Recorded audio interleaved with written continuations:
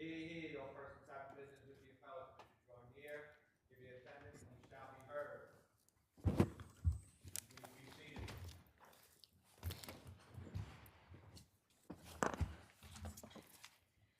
Good morning and welcome to the Appellate Division First Department. Nice to have you all here. Before I start the call of the calendar, I just want to acknowledge that we have a group of Columbia first-year law students with us. So everybody should be on their best behavior because we don't want them to get any bad ideas about how we perform as lawyers and judges in the court. But I think you'll like it. I hope it's very interesting to you. We thank your professor, Elizabeth Bernhardt, your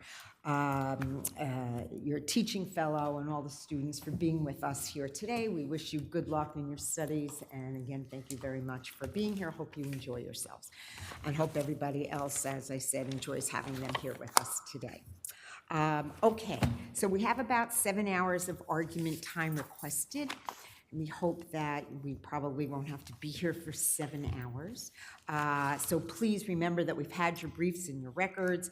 We are familiar with the cases, and we just want to get into the nitty-gritty of your cases. So please ask for a little bit less time than you may have requested initially. When I call out the case, if both sides will please stand up and you'll let me know how much time you want, and we'll work it out. Okay, the first case on the calendar is People versus Bowman. Counsel?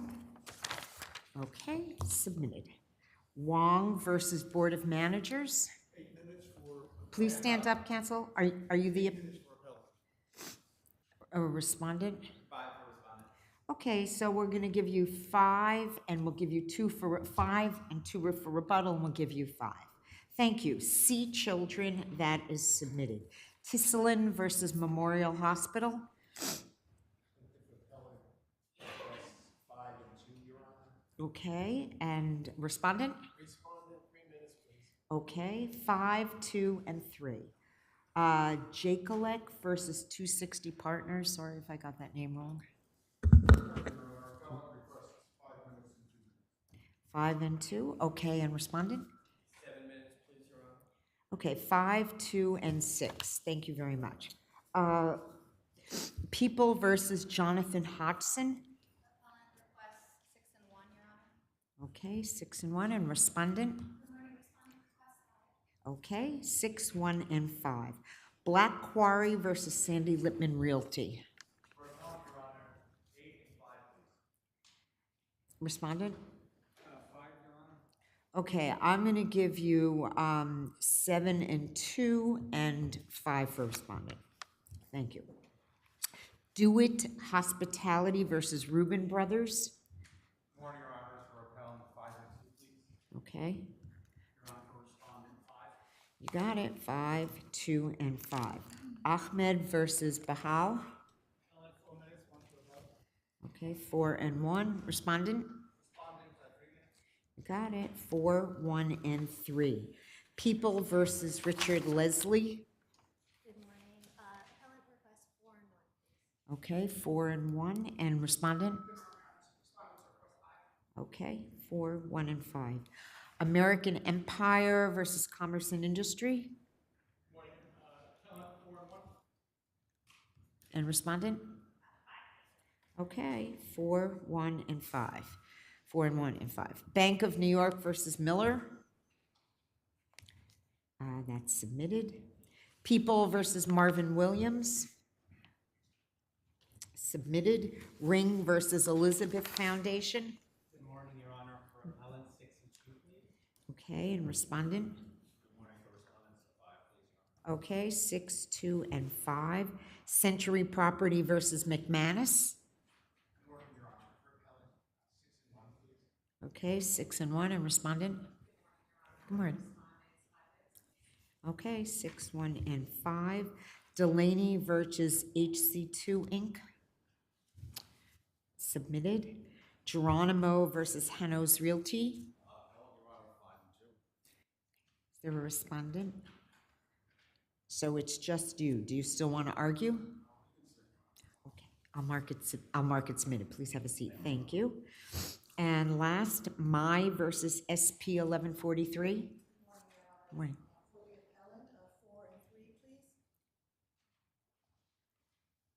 No respondent? Ms. Cruz, do you still want to argue at all? Unless the board has any questions, I can. About this one? I think we're pretty on top of this, so we'll mark it submitted. Thank you for coming in. Okay. Very good. So the first case for argument is Wong versus Board of Managers.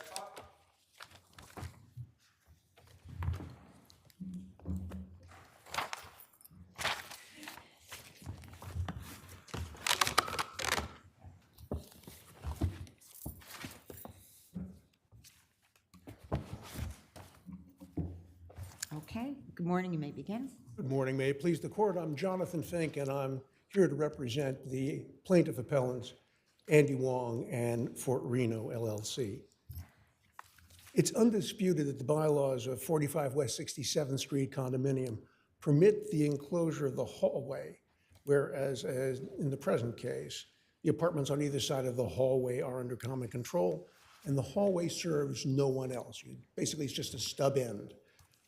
The permission granted by the bylaws is subject only to the consent of the Board of Managers, which the bylaws. So what about the hallway takeover rule, which was adopted by the board? How does that play into this? Well, first of all, Your Honor, I'm not quite sure that the hallway takeover rule is anything other than a notional policy. It was never. Is there anything, I'm sorry, I didn't hear what you said. I'm sorry. Okay. You said it's anything but a, what type of policy? What did you just say? You're not sure that it's anything but a. Other than a policy that the board took up among itself, it never. Does the board not have the ability to adopt the hallway takeover policy under its bylaws? No, it doesn't. I believe that And that why does violates it the not? bylaws, Your Honor. Why does it not? Because there is nowhere in the bylaws that gives the board the authority So what to about impose a fee. what about the declaration which empowers the board to administer the condominium affairs, to operate and maintain the common elements, and I would think the hallway, right, is a common element, to operate the common elements, to adopt and amend rules, oversee, et cetera. Why would that not give the board the authority, therefore, to enact the hallway takeover? Well, to infer the ability to impose a fee in that situation,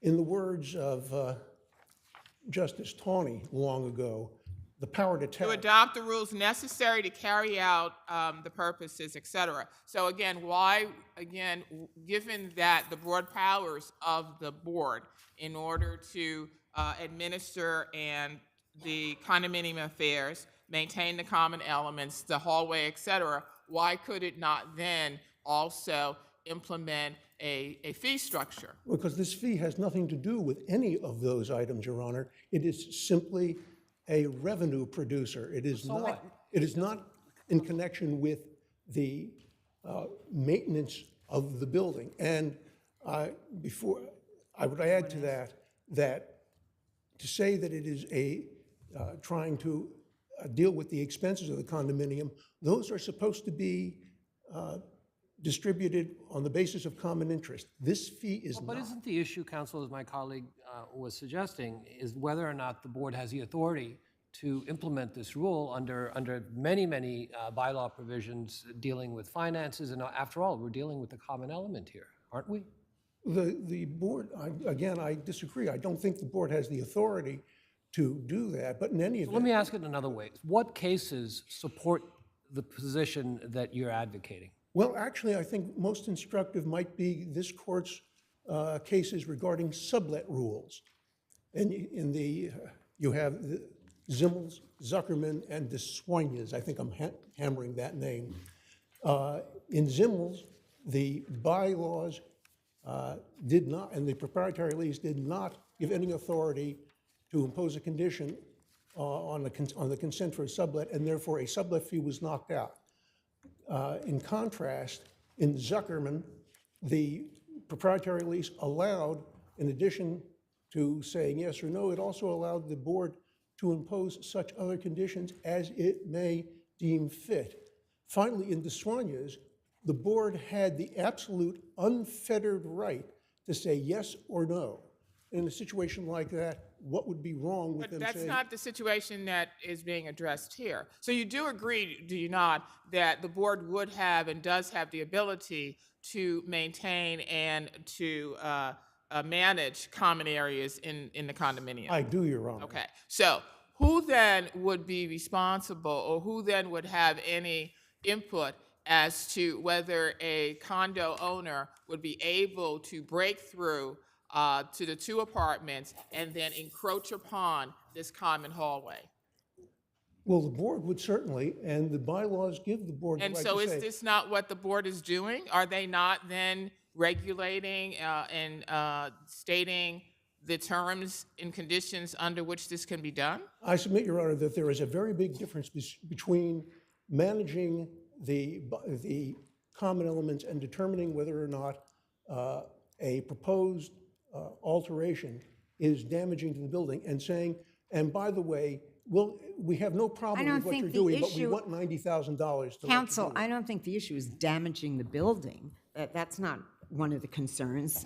It's, Well, that's always the board's concern, Your Honor. but how is that damaging the building? It's not.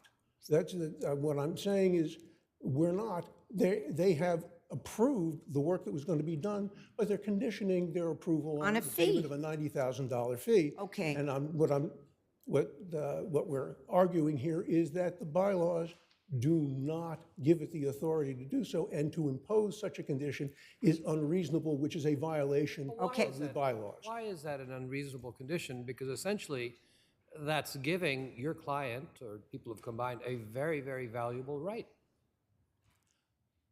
The bylaws gave that right, Your Honor. It was part of the deal to begin with.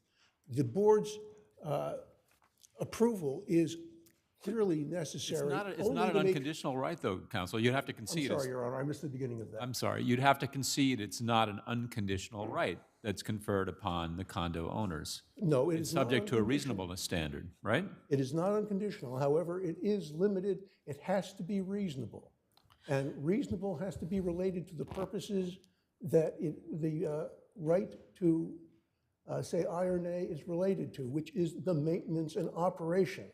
It is not the revenues that they can generate.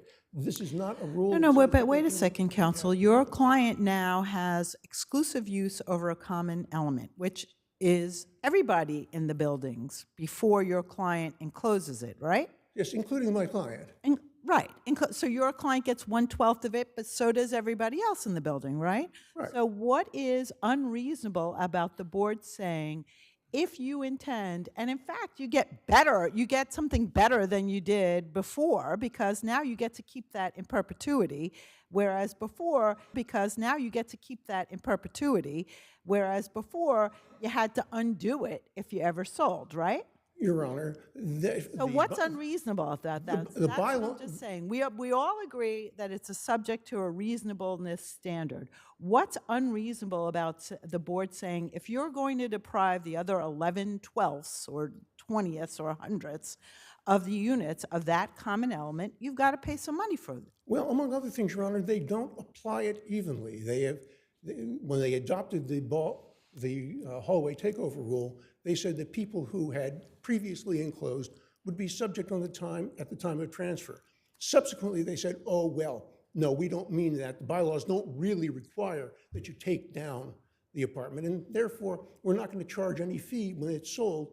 Therefore, the people who previously enclosed are subject to no charge at all, contrary to the justification that the court below employed. Okay, counsel, let's hear from your adversary. You have a few minutes in rebuttal. Thank you. Thank you, Your Honor. Good morning, Andrew Gaffel for respondents. I think the panel was focused on the right issues here. I would start with, at the core of this case, there is the fundamental and undisputed fact that the property at issue is the piece of the hallway is common element property. Counsel, would you pick up the thread that was last stated by your colleague about the not equal treatment of various people who are grandfathered, or at least one unit that was grandfathered? Yes, there was one unit that had a hallway takeover similar to this circumstance prior to the promulgation of the rule, and the board exercised its judgment in not enforcing the fee on a transfer of that combined unit subsequent to the promulgation of the rule. Post promulgation of the rule, every time this situation has arose, the board has applied it evenly. There's 3 other instances in addition to Appellant's instance in which unit owners like this with units across the hallway from one another sought the board's permission to perform the takeover alteration that included the hallway, the common element hallway space, and they complied. They paid the one-time license fee, and they continue to pay it today. So corollary to your adversary's argument appears to be the unreasonableness or perhaps the lack of any basis for the calculation of the, was it $90,000? I think it was $90,000, the $90,000 fee. I mean, it depends. Roughly, yes. I think we can agree that it's in that range. I don't think there was Right, ever because there was some attempts at negotiations. Correct. But that kind of fell through, so that's why we're left with correct. But $90,000. in as much as you're asking me about the reasonableness of the amount of the fee, it's tied to a market value metric.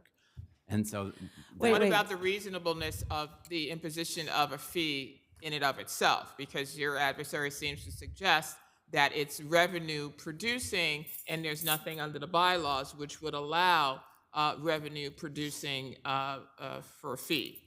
Well, I would respectfully submit that as part of the board's broad powers to administer the building and the condo, and within that broad power is to assess impose assessments, collect common charges, and to generate revenue to enable the condo to function. So it's part and parcel of that authority. It's part and parcel of the board's rulemaking authority, and it's part and parcel of the board's authority over alterations. So, counsel, what did you put in below to show the reasonableness of the fee?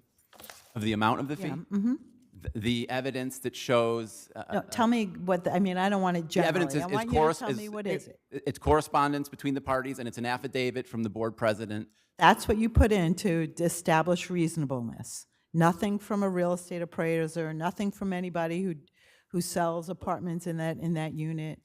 What I'm trying to figure out is, how did the court below find, as a matter of law, that fee was reasonable? The evidence is the correspondence that includes market value from appraisals. Is that competent evidence? Emails back and forth without the backup? Is that authenticated? It's statements from the corporations stating that the Okay, that's what I'm trying to say. There's no competent, and you know what I mean by competent. I do, but they were relying on appraised value, on market value at the time, square foot market value at the time. From whom? Do we have that underlying information in the record? We do not. Okay. In other words, aren't there issues of fact with respect to how each side views the valuation here, that there should be at least a trial on that issue? I don't think so. So why is your per square foot any better than what the plaintiff's arguing about fair value derived from other spaces in the building? I think on its face, the market value per square foot of comparable properties in the area is a reasonable fundamental baseline metric. Did you put in evidence of that, competent evidence of that? Not the type of evidence that you're looking for, but I would add there's no dispute about that was the basis of the board's market value and the amount of the market value. The dispute is that the plaintiff disputes it. The plaintiff states that that's not that is not an accurate number. Well, it's not so much that it's not accurate, it's whether that should be the metric. Well, have there been other people who have combined their units since this new rule has gone into effect? Have there been other condo owners who have combined their units since this rule has gone into effect, have you applied fees, and how have you based those fees? Yes, two other units, two other With a groups hallway, of units paid this amount of fee on this metric, and have continued to today. for a hallway takeover pursuant Yes, to this same new exact law? situation. And that's in the There's record? no dispute about that. That's in the record? Yes, Okay, thank you. thank you.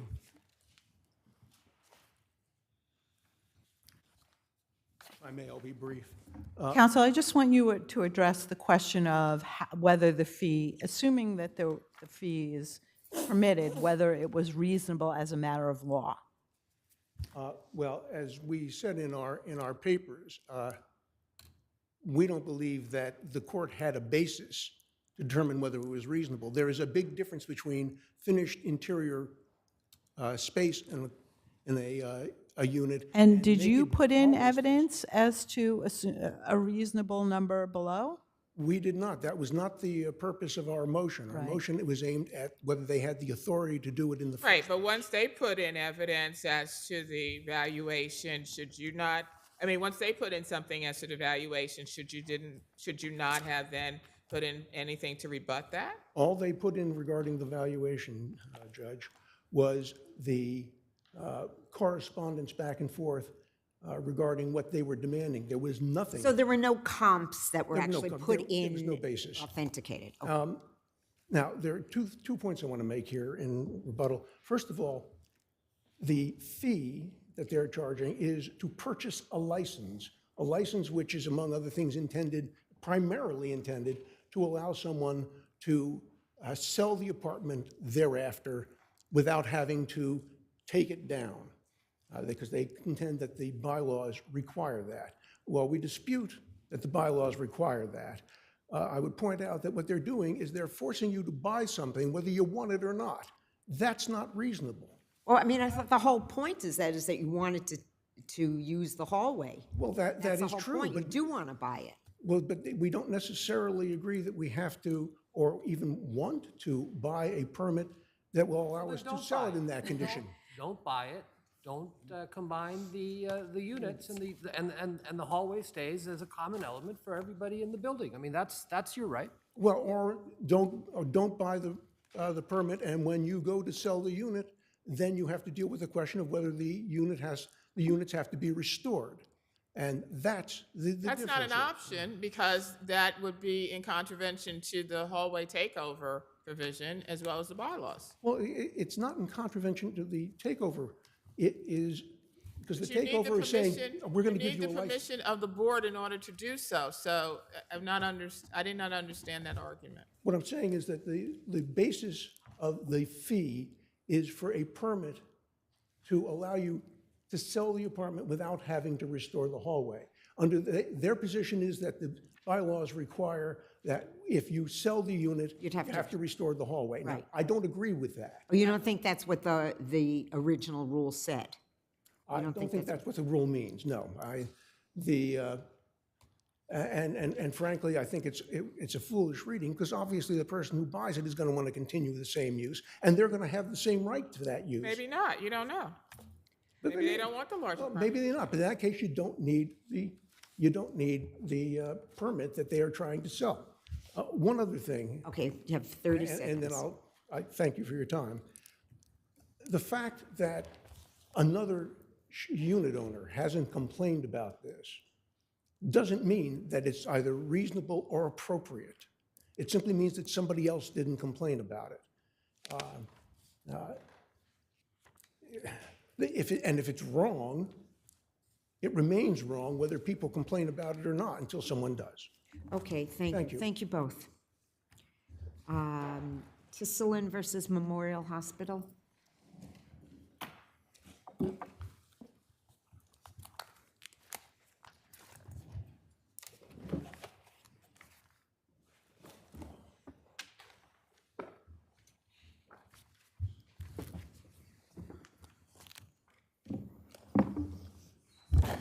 May it please the court, John Shore for plaintiff appellant. I'm going to refer the court to page 396 of the accident report, which pretty much in of itself is an admission by defendants that the ladder clearly was an object that was supposed to be secured. The accident report prepared Counsel, by... the Yes. trial court relied on that it wasn't foreseeable. Does that even have a role in 240 sub 1 cases? No, it does not, Your Honor. Only in very limited circumstances, as Your Honor knows, and in cases that this court has decided, in the Jones case and in the Espinosa case, which actually I was involved with. In the Espinosa case, there was a ceiling vault that was clearly a permanent structure, and they were doing demolition, and it collapsed. And actually, the 240 was reinstated by this court, where there was a question of fact whether or not it was foreseeable that this old basement should have been properly secured, and there should have been protection for the workers when it collapsed. This is a totally different scenario. This was a temporary hoist. So let me ask you a question. Was the hoist adequate keeping plaintiff safe while he was engaged in an elevation-related activity? Well, the hoist did not fall, but the part of the hoist did not keep... Oh, is your answer it was not adequate? It was not adequate in the sense that the object, no, he did not use the ladder at the time, but that's not a prerequisite that the hoist in and of itself did not fail, because a temporary structure, part of this hoist, which was a ladder, was supposed to be secured. And So, counsel, what do you make of your adversary's argument that it was welded down and wasn't temporary for that reason? well, first of all, Your Honor, the lower court actually rejected that argument and said that it was not a permanent structure, and they did not even appeal that, and the lower court disagreed, along with the fact that he was not a covered worker. Right, okay, then let me ask you the next question, which is, Surely. what about the fact that nuts, bolts, and washers aren't listed in the statute as the types of safety devices that you need to have? That is not an exclusive area, then we would limit the labor law substantially. There's multiple objects that are supposed to... Is a hoist, sir, an enumerated, is a hoist enumerated in statute? It's technically, it would be an elevated platform like anything else. Would it be There- covered by the statute? Absolutely, there's multiple Isn't it it's specifically mentioned, though, isn't it? Right. hoists, Hoist, yeah. Yes. Comes right after scaffolding. Yeah. scaffolding, hoist, it would be, Hoisting, it would be yes. part of scaffolding. The hoist itself failed. They admitted that it was supposed to be secured. In their own accident report would be an admission. They used the word secure. It was a temporary hoist, and the ladder was there temporarily. It was not this permanent object like they argued in their lower court papers that was not their sole means of access. That was a complete red herring. So the whole argument goes down to whether or The not gross this was irrelevant red herring in your brief, which was a very powerful statement. I like that. Yes. Yes, as opposed to an abject one. But they didn't even argue the safety device component in their lower court papers because, of course, it's a safety device. The ladder was a safety device, and it was supposed to be secured, and it failed. And it's an enumerated object. And unless this court has any other questions, I will rest on my brief. Okay, well, you'll have a couple minutes for rebuttal if you want to respond to. Absolutely. Okay, Thank you. May it please the court, I am Martin Adams, counsel for defendants respondents. I respectfully request that the order of the trial court be affirmed. This court asks, does the foreseeability issue even apply in 240 cases? I respectfully submit the answer is yes. In Buckley, from this department, the court held that section 240 applies, quote, only if the application of that external force was foreseeable. And Buckley also said, defendant is, quote, liable only for the normal and foreseeable consequences of its acts. This court also asks whether the hoist was safe for the purposes of plaintiff's elevation-related activity. Well, the answer certainly is yes. Well, how could it be yes? I mean, obviously, the answer has to be no. He was in this hoist, which, as we have said, is an enumerated safety device, and it didn't keep him safe because the ladder fell down and hit him, and he was injured. Well, first of all, the purpose of the hoist is to elevate a passenger, which was plaintiff, from one level to another, and clearly... Safely. Isn't this analogous to the roof of the hoist just falling down on the occupants of the hoist? It seems like it's the same thing. How is it any different? Because, as the Court of Appeals has noted, not every falling object case, not every construction accident case, however tragic, triggers 240. It has to be not only a... If the roof had fallen in on this hoist, on the occupants of the hoist, would that give rise to 240 sub 1 liability? Not if the roof was simply there and was not either being worked upon or under construction, or the plaintiff himself or herself was engaged in construction. A key Well, point we recently decided a case here, the Ladd case, where the plaintiff was injured in a hoist, and that's where the top of the hoist fell down and hit him. But we said that the ladder was provided as an escape ladder. He wasn't using it at the time, but that's why it was there, and it becomes an essential component of the hoist. So how do you get away from that? Well, first of all, the purpose of the ladder was to allow elevator motor repairmen and women to get to the ceiling, to get outside above the ceiling. Was that the only purpose, counsel? Yes, it was. There was no testimony from the mechanic of Safeway that the ladder was used for the purposes of escaping from the hoist? Am I mistaken about that? Sorry, I didn't hear that, but there is testimony that the ladder was not intended for use by any other workers, only by motormen, elevator motormen, to get to the roof to fix the motor or maintain the motor. Are you familiar with the testimony of the maintenance worker for Safeway that the purpose of the ladder was to escape the hoist? He said that, yes, in the context of motormen, so-called, escaping, getting to the roof above the roof of the hoist to fix the motor. The testimony on page 227 is that it was not intended for use by any other workers. It was allowed, on 227 also, it was to allow hoist workers to get to the motors up on top of the elevator. If you were not a motor person and you needed to escape, you shouldn't use the ladder. Is that what you're saying?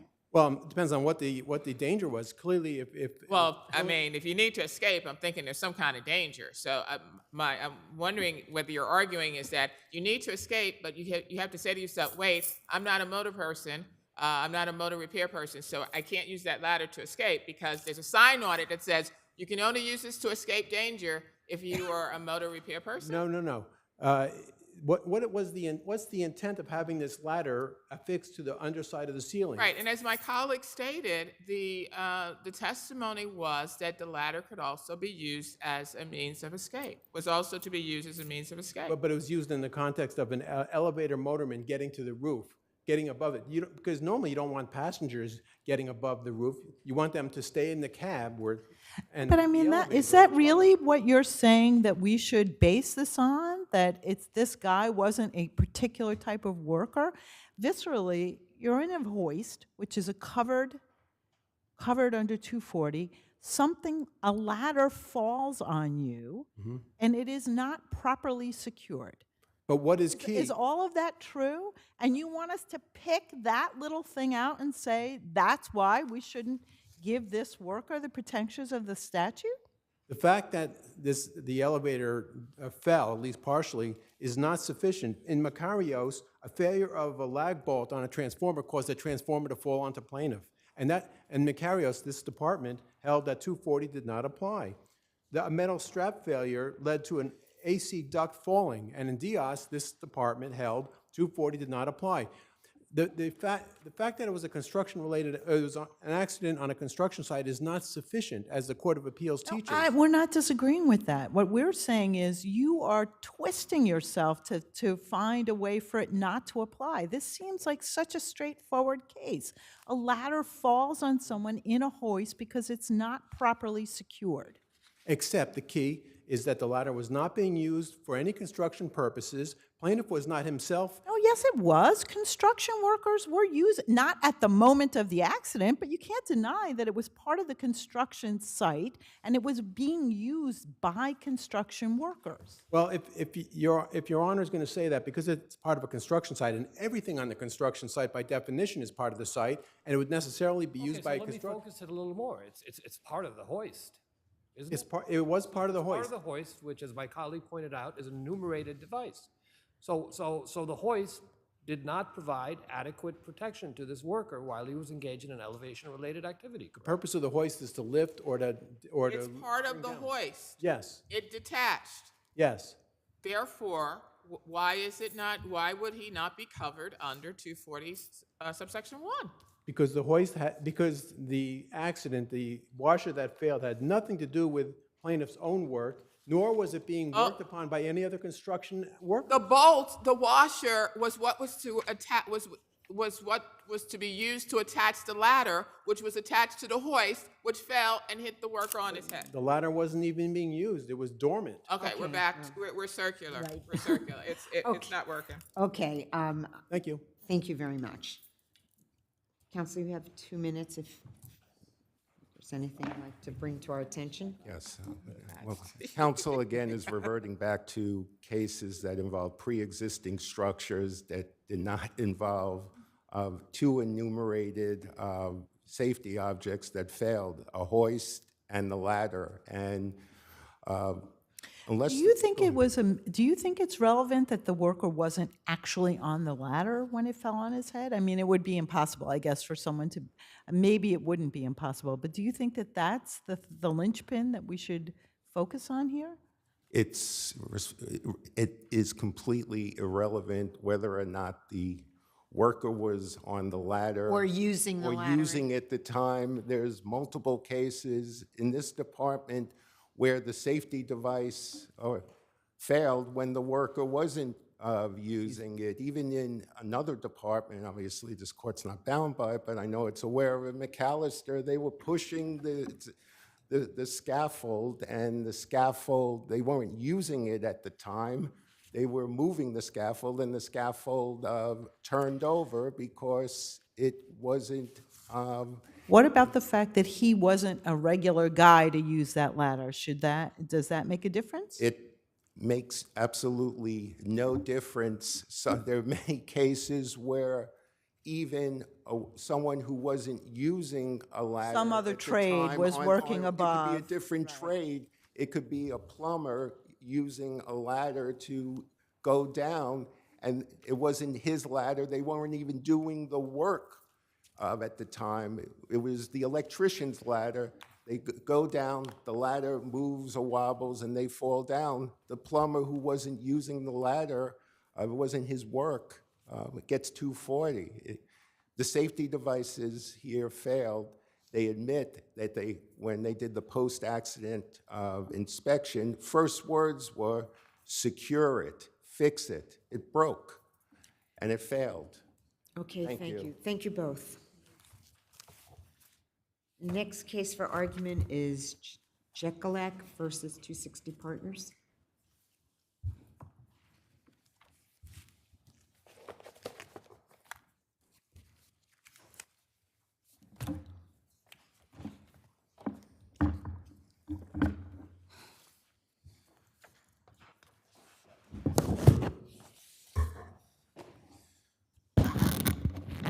Morning. May it please the court.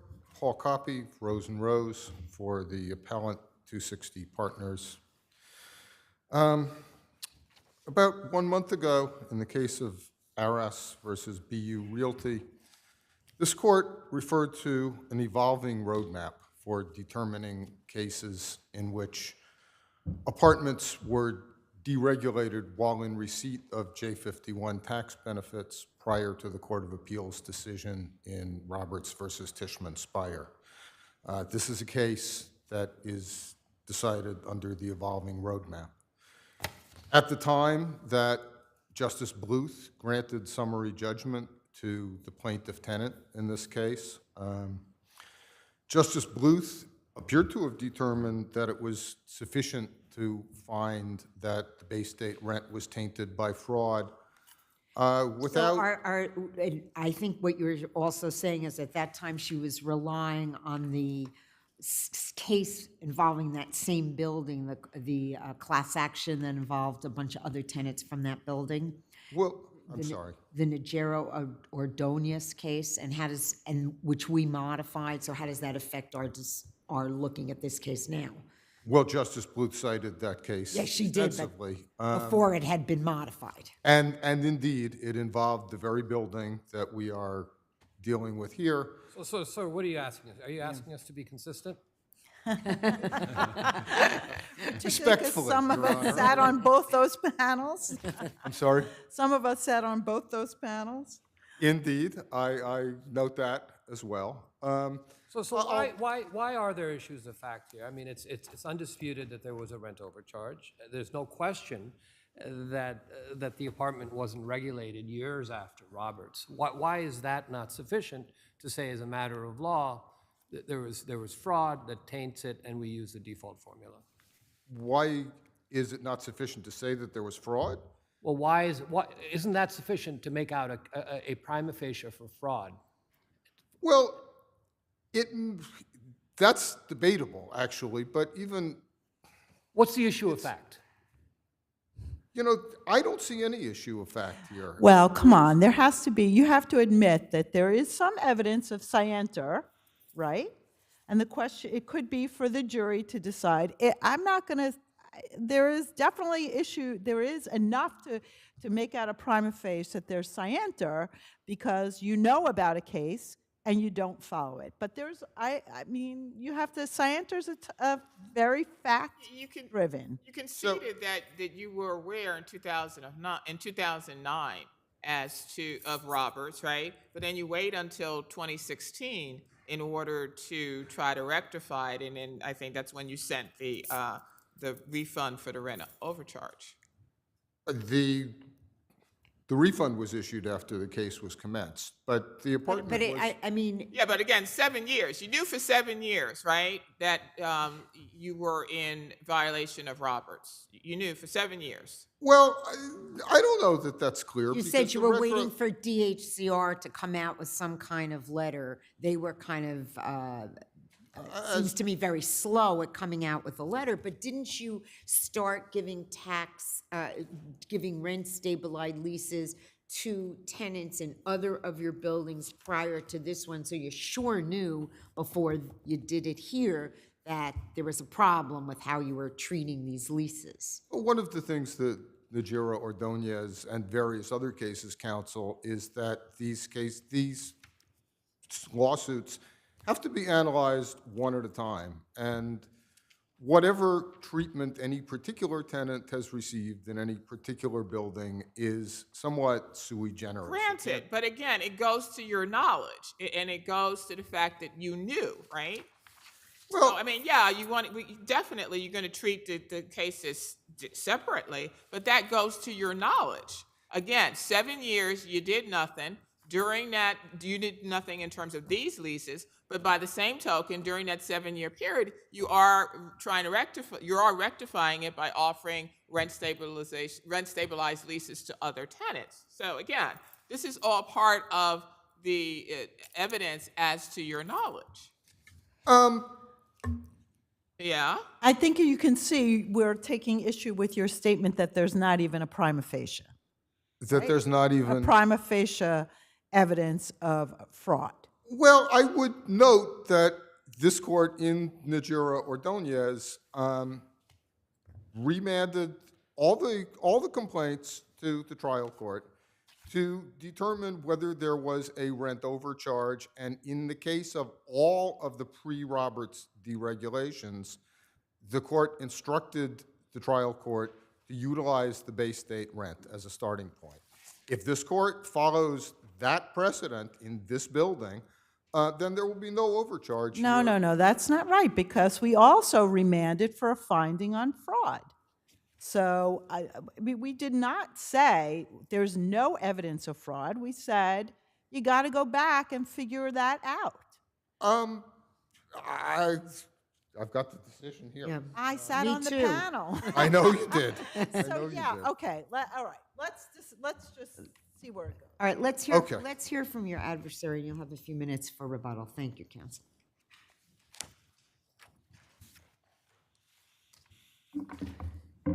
May may it please the court, Mitchell Zingman for the plaintiff's respondents.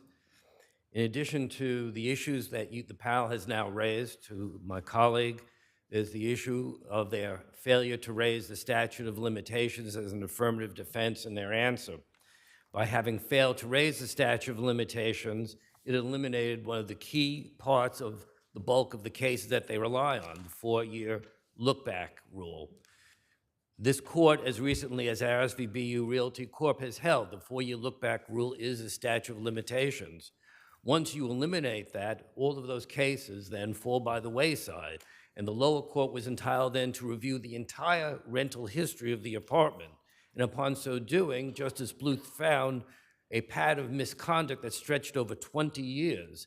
But the thing is, at the time she was making her decision, she was relying to some extent on this other case, in the Najare Ordonez case, which subsequently got modified by this court. So, you know, tenants in the same building. I heard you raise that with my colleague, Your Honor, and, you know, if you look carefully at the decision, she reviews the history and she reviews the case, but in her holding, she doesn't say she's relying on it or that she treated it as precedent. And she also not only reviews their failings in addressing the Roberts decision, she also takes note of the bizarre increases in rent going back to 2002, for which the defendant had admitted they had absolutely no evidence to support those increases in 2002, which was a 35% increase. Okay, but wait a second. When did you bring the lawsuit? In 2017, Your Honor. Okay, so you think it's really shocking that 15 years after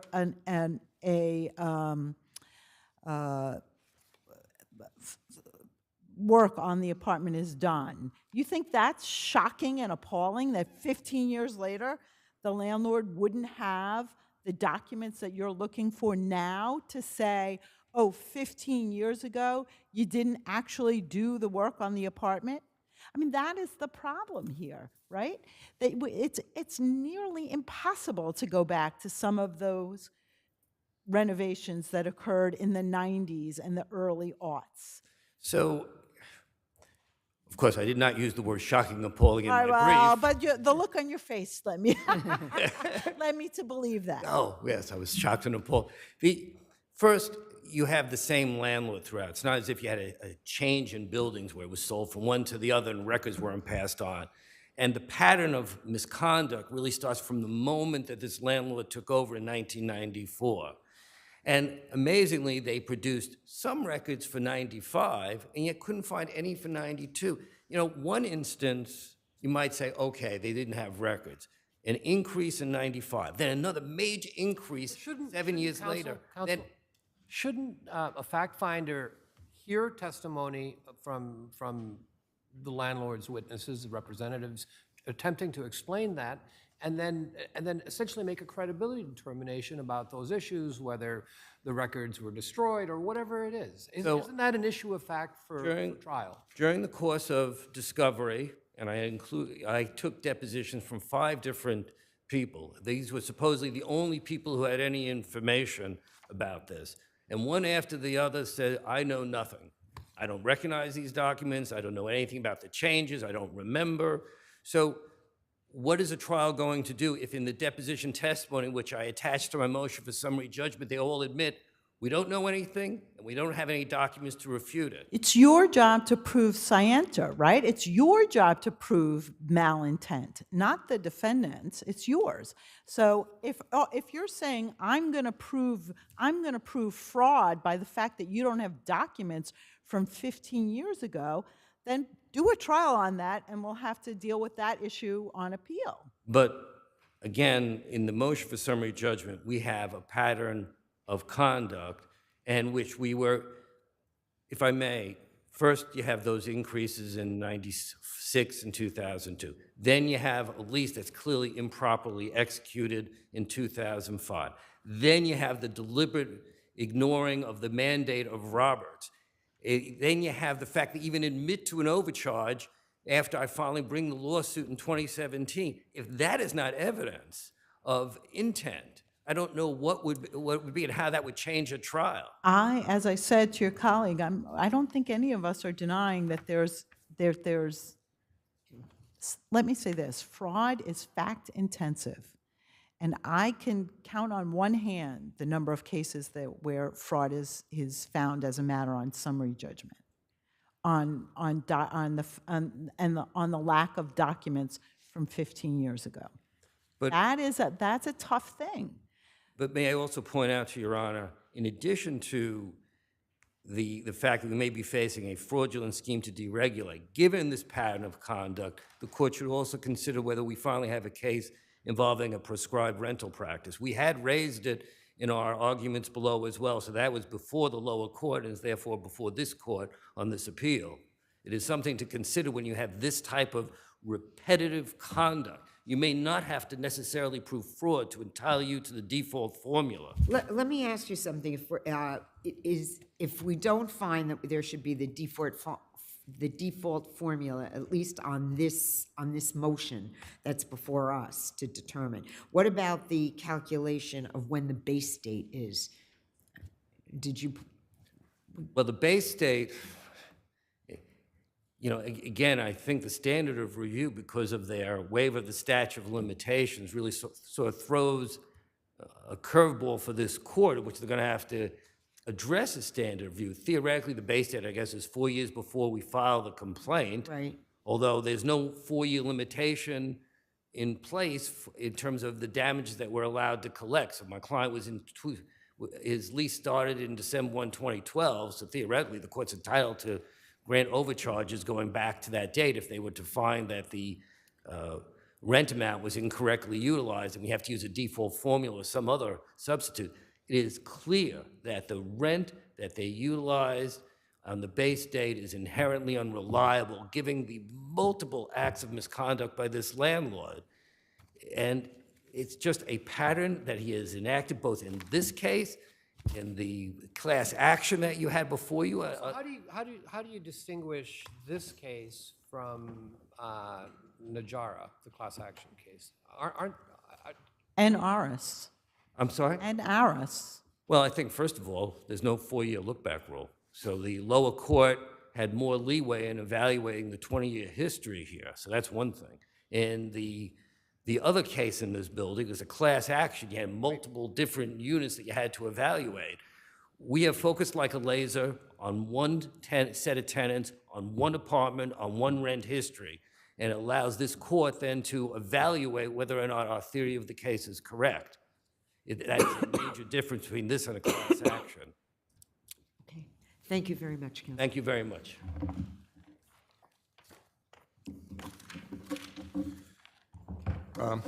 In the spirit of consistency, I will now read what the court did hold in the Najera Ordonez case. Would you address your adversary's waiver of statute of limitations argument, please? Sure. The Rent Stabilization Code, Section 2526.131, states unequivocally and without any qualification that in an overcharge case, the calculation begins from the rent on the base date. Section 2526.1G lists the specific exceptions to that rule. The only one that's potentially relevant here is when the base date rent is tainted by a fraudulent scheme to deregulate. That leaves the plaintiffs exactly where they would be with the statute of limitations defense. They still have to attack the Bay State rent, and they still have to attack the Bay State rent based on a fraudulent scheme to deregulate. Nothing changes that. There's no different standard articulated. Oh, so in other words, you're saying that you don't have to interpose a statute of limitations because it's handled in the regulatory. Well, I think the failure to interpose a statute of limitations defense arguably entitled the court to disregard the look-back period without a prima facie showing of fraud and direct an inquiry into the entire rental history of the apartment, which they did. That rental history doesn't demonstrate fraud for the reasons that I think the court is well aware of and has articulated at this argument.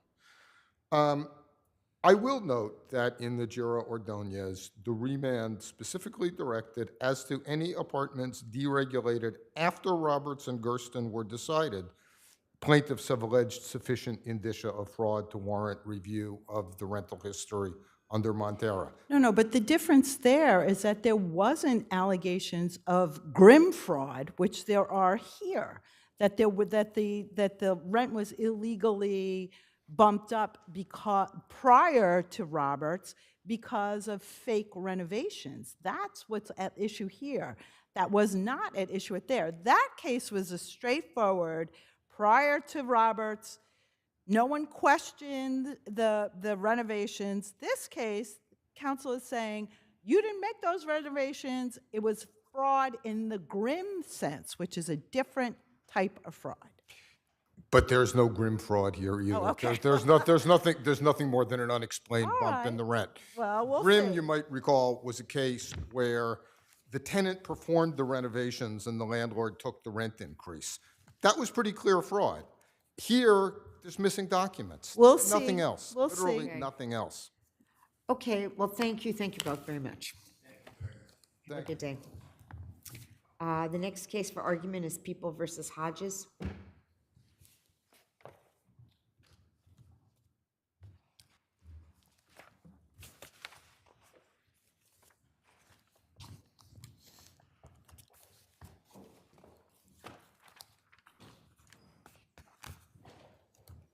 Hodgson. That's great.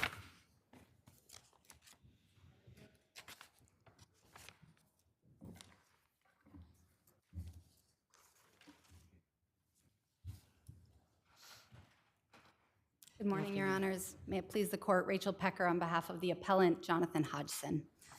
Your Honors, the court erred in categorically rejecting, without any exercise of discretion, the jury's request to read back the defense summation.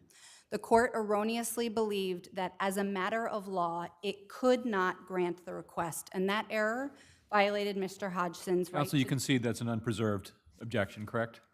I don't concede that it's an unpreserved. How is it preserved? Sure, Your Honor. So when the prosecution, there's a specific objection by Mr. Hodgson himself. When the jury asks for the defense summation, the prosecutor says the closing is not evidence and it should not be given, and the defendant objects specifically saying, if they want it, Your Honor, they should have it. The court then responded, the prosecution is correct. The closing statements are not evidence, and quote, therefore they cannot be given. And then what did the defendant say in response to that? And the defendants did not say anything in response to that, Your Honor. That's correct. However, if you look at People v. Clyde, which also considered a pro se litigant, in a similar situation to this, where the pro se litigant, the prosecution, and the court were in a conversation about whether Mr. Clyde should be restrained.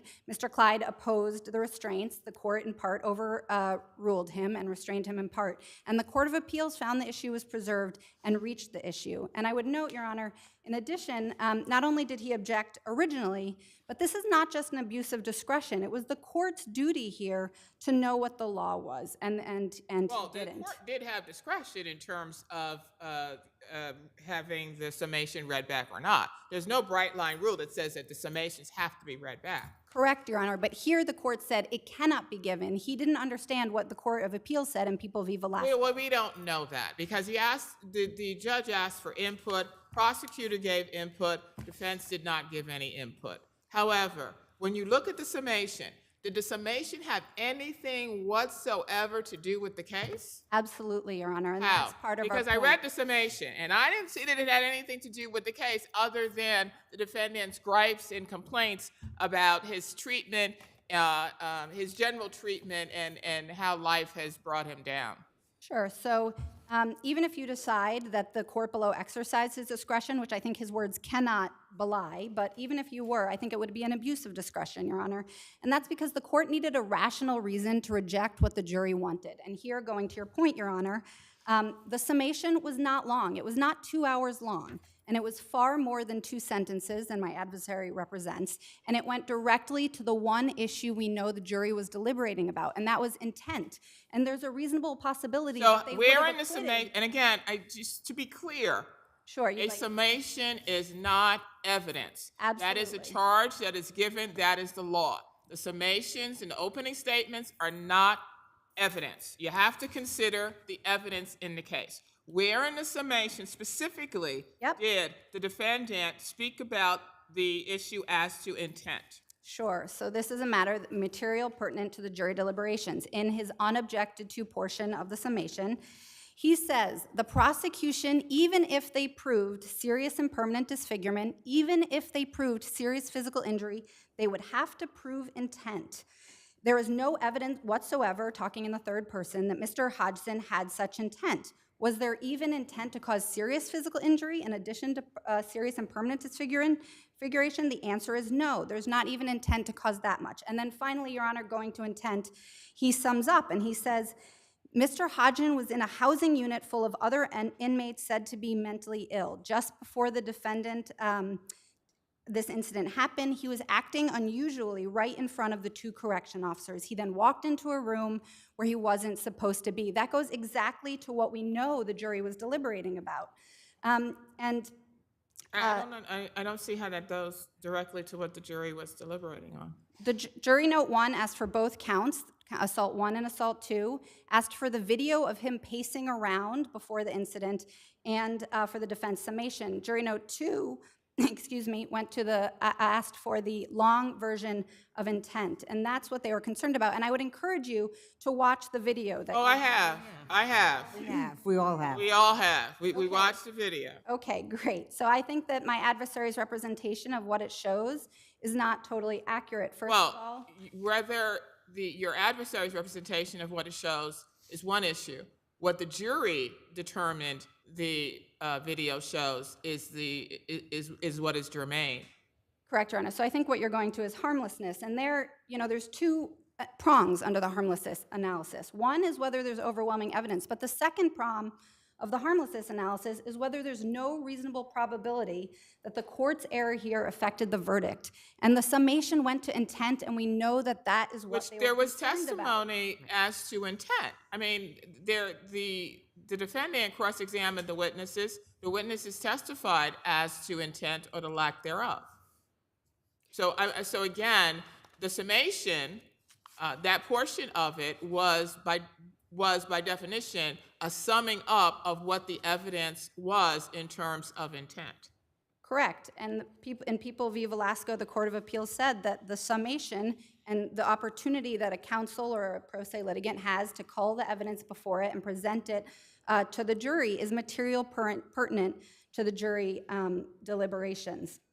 I see that my time is up. I'm happy to answer any other questions or.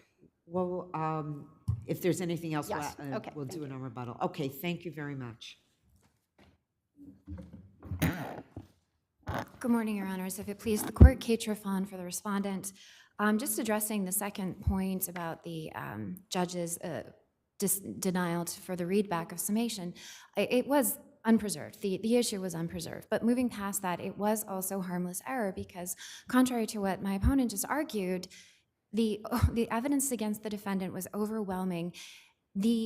I believe there was a mischaracterization of my argument in my brief that the summation itself was longer than 2 sentences. However, the amount of summation that addressed the intent argument was 2 sentences. So why not have that portion of the summation which directly addressed the issue as to intent to permanently disfigure serious physical injury intent.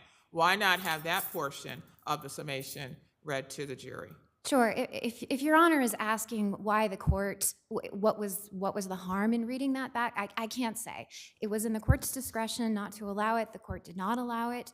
But moving past that, there is absolutely zero likelihood that having heard those two sentences again, in light of the rest of the trial and the evidence and the absolute lack of any conflicting testimony, that the jury would have returned a different verdict. How in this case was it established that there was intent to cause serious injury and permanent disfigurement? Yes, Your Honor. So there were several things, right? Now, first of all, there was planning.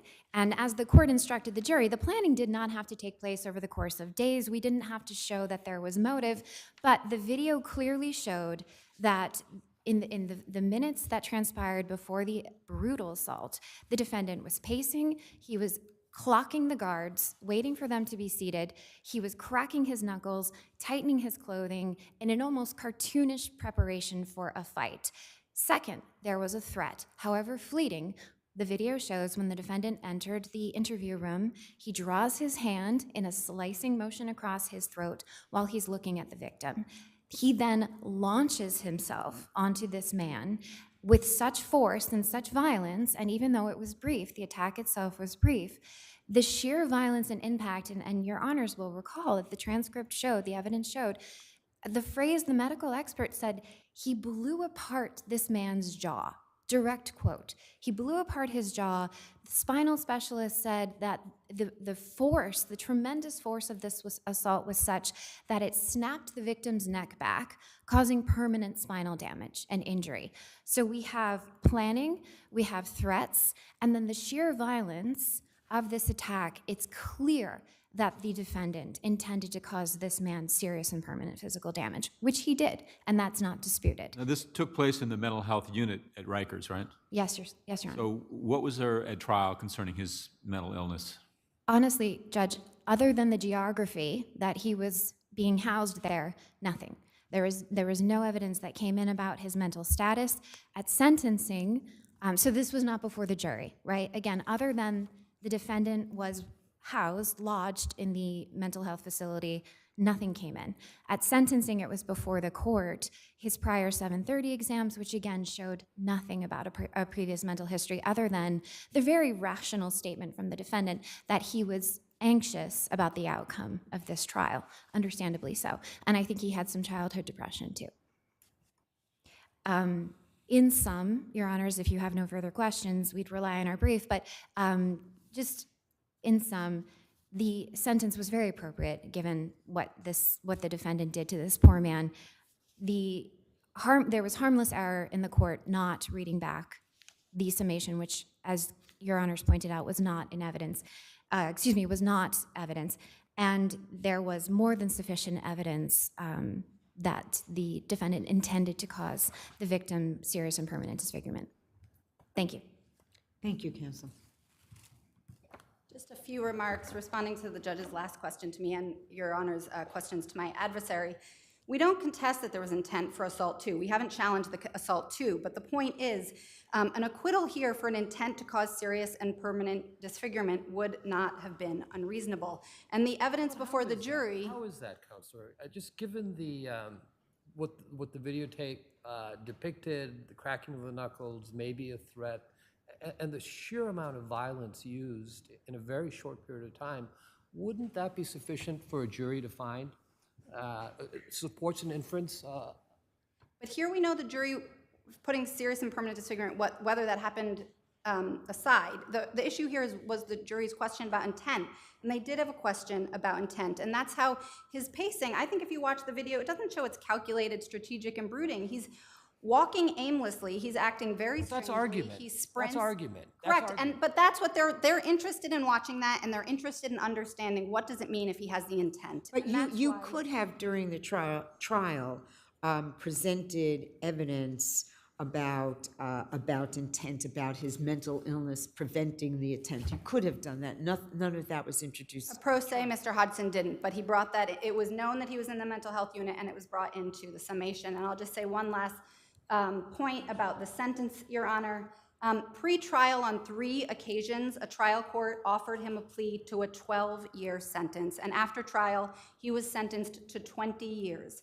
The difference between 12 and 20 years is a stiff increase, and it is a punishment for going to trial, especially for an individual who needs serious mental health treatment, not incarceration and punishment only. Okay. Thank you, Your Honor. Thank you. Thank you both. Black Quarry versus Sandy Littman Realty.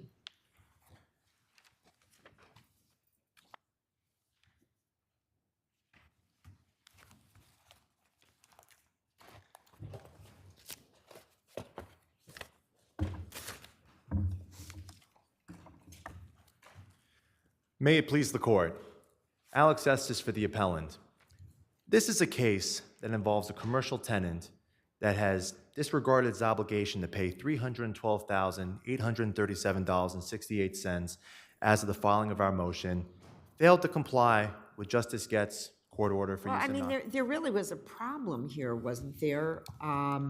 You knew what the tenant's business was, and they needed this water supply, and the water supply was constantly being cut off by the city, which raised very much the possibility that there could be a fire, which created a big problem for the tenant.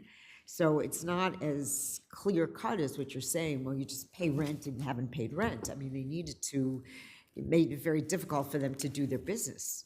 Well, actually, Your Honor, I do think it's simpler than that. Article 11 of the lease, which is on page 41 of the record, expressly provides that it is the tenant's responsibility to secure utilities for the premises, which is expressly defined to include water as well. Well, but there are other provisions too. Article 12 requires a landlord to make major repairs and replace plumbing. Isn't this part of the plumbing? There's a distinction between having to make a major repair and the disruption of utility from the service provider. The service provider, in this case the city of Newburgh, stopped supplying water based on the fact that there is a dispute with our neighbor next door. Well, that might be, but there were deficiencies in the water system. That's what the city kept saying, and that's why water was being shut off. Who was causing it is not the issue. We know a tenant was not able to use, at least, or claims not able to use a part of his premises as a result of lack of fire suppression. To the contrary, Your Honor, it wasn't a problem with our system. It was a problem with the system next door because the water supply, the way it works is the building in question was at one point in time. Why isn't that an issue for trial? It's not an issue of trial because the documentary evidence here is clear. In addition to the lease, there are two correspondence attached to the complaint filed by tenant. That correspondence from the city of Newburgh is not addressed to Sandy Littman Realty Corp. It's addressed to our neighbor because the deficiencies were with our neighbor. But so, okay, so the response to that is, well, I don't think it's 100% clear who's responsible for providing water, but as between you and the tenant, but certainly whoever it is sues the next door neighbor. You can't hold up your hands and say, I've got no responsibility because it's my neighbor's. This is a contract case. One of the two of you have the responsibility to provide the water, and whoever doesn't brings in the next door neighbor. Let me ask you a different question. The plaintiff's suing here for lost profits. Is there anything in the lease that you would say prevents the plaintiff from doing so? Well, Your Honor, I would simply say that Article 11 actually provides that landlords should not be responsible for any disruption of services, nor shall the base rent be diminished as such. The plaintiff is actually fully used and occupied the premises at all times. Yeah, but that's kind of like a mush thing, right? If you wanted to say you will not sue for lost profits, and in fact you did in Article 9 with respect to how if you are in the property doing repairs, you say, you cannot get lost properties if lost profits, but you don't say that generally, right? Correct, Your Honor, you are correct, but I will... So there's nothing specifically preventing the plaintiff from suing you for lost profits. There's nothing specifically preventing the plaintiff from doing so, but in this case, they can't really show that there was any lost profits because they've admitted that they hired Firewatch services so they can continue to use and occupy the premises. Well, that's breach of lease damages, right? But I thought that they put in at least some testimony that showed that they had to leave a good portion of their space, that word got out that they weren't able to fill all their contracts or do as much work, and so they were losing profits. I mean, at least there's some claim there, and there's some documentation put in. The claim that they're saying that that's based off of kind of goes hand in hand with the fact that they're arguing constructive eviction, and there has to be a wrongful act on behalf of the landlord. We don't have that here because But the wrongful act, the tenant would say, is that you didn't repair the plumbing system, and as a result, the city of Newburgh did not provide water for our fire suppression system, which caused all the issues that we had. the landlord can't It caused our business to fail. the landlord can't repair a plumbing system that it does not own. So can you just wipe your hands of it and say, okay, we're renting out a space, and by the way, there's a problem with the water, we can't do anything about it, so that's your problem, but pay us the full amount of the rent? Well, it's the problem that the tenant contractually agreed that they would be responsible for. That's what Article 11 expressly provides for. There's a difference between... Isn't there an ambiguity? I think what we're suggesting, maybe what my colleague was suggesting, that the interplay of these provisions, there is some ambiguity. You say tenant's responsible for water. The lease does say that you're responsible for major repairs, replacement of plumbing, et cetera. And we don't... Isn't there an ambiguity sufficient, at least, for there to be a trial on those issues? No, Your Honor, because again, we don't dispute that we're liable for major repairs, but we think the record's very clear that the issue is with the neighbor's property. This is evidenced by the affidavit. But how does that relieve you from your obligation under the release? Wouldn't that be a major, I do not understand, why would that not constitute a major repair? I mean, under the contract, the way you're reading it. The provision for major repairs to make any major repair to the premises and a problem with our system. There is no problem with our system. The water stems from the neighbor's property. That's where the water line goes. That's where we get the water for the fire suppression supply. We can't go into someone else's Why property. can't you sue the neighbor? If it's your responsibility under the lease, and that is what the tenant is saying, then it's your responsibility to sue the neighbor and make sure the neighbor does it. That's what I'm saying. It's just your argument that it's somebody else, not us, can't possibly relieve you of your own obligation under the lease to provide it. That's what I'm having a hard time with. No, let me try and address that. Maybe the tenant, it is the tenant's, maybe the tenant should be suing the neighbor. But I can't say, I don't know that I don't think any of us think it's so clear under the lease that it's you and that it's the tenant and not you. Because there are other provisions of the lease also that require that the tenant have the opportunity to have the covenant of quiet enjoyment. There's a covenant of quiet enjoyment that they get to use their property and whatever, and that you should not do anything to interfere with that. So shouldn't their right to use their property, how does that interact with 11 and 12, sections 35 and 36? All makes it a little unclear whose responsibility it is to do what. Well, to answer both questions, first, the lease is very clear that we have an obligation to make major repairs at the premises, not major repairs at somebody else's premises. It would set a very dangerous precedent to put an obligation on the landlord, that if a tenant has an obligation to secure utilities, if we say that we're going to repair our premises, we now have an obligation to sue a joint. What about the situation where you're making repairs at your premises, but for some reason that encroaches upon or requires that you that there be some type of an agreement with the neighbor in terms of the repairs you're making on your premises? In that situation, you would have to have dialogue with the adjoining owner, which is typical in New York City with 881, for example. Okay, but in this that's the point. I mean, where do you draw that line? I'm not sure where that line is drawn under the terms of the lease. because there's nothing for us to fix at our property.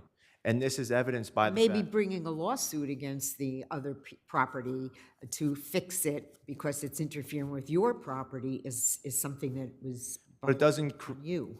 But it doesn't create an issue with any of the structural systems of our property. It's just a utility provider not providing the utility. That's really where it comes out on this. We've been through that a few times. All right, let's hear what your adversary has to say, and you'll have a few minutes on rebuttal. Thank you.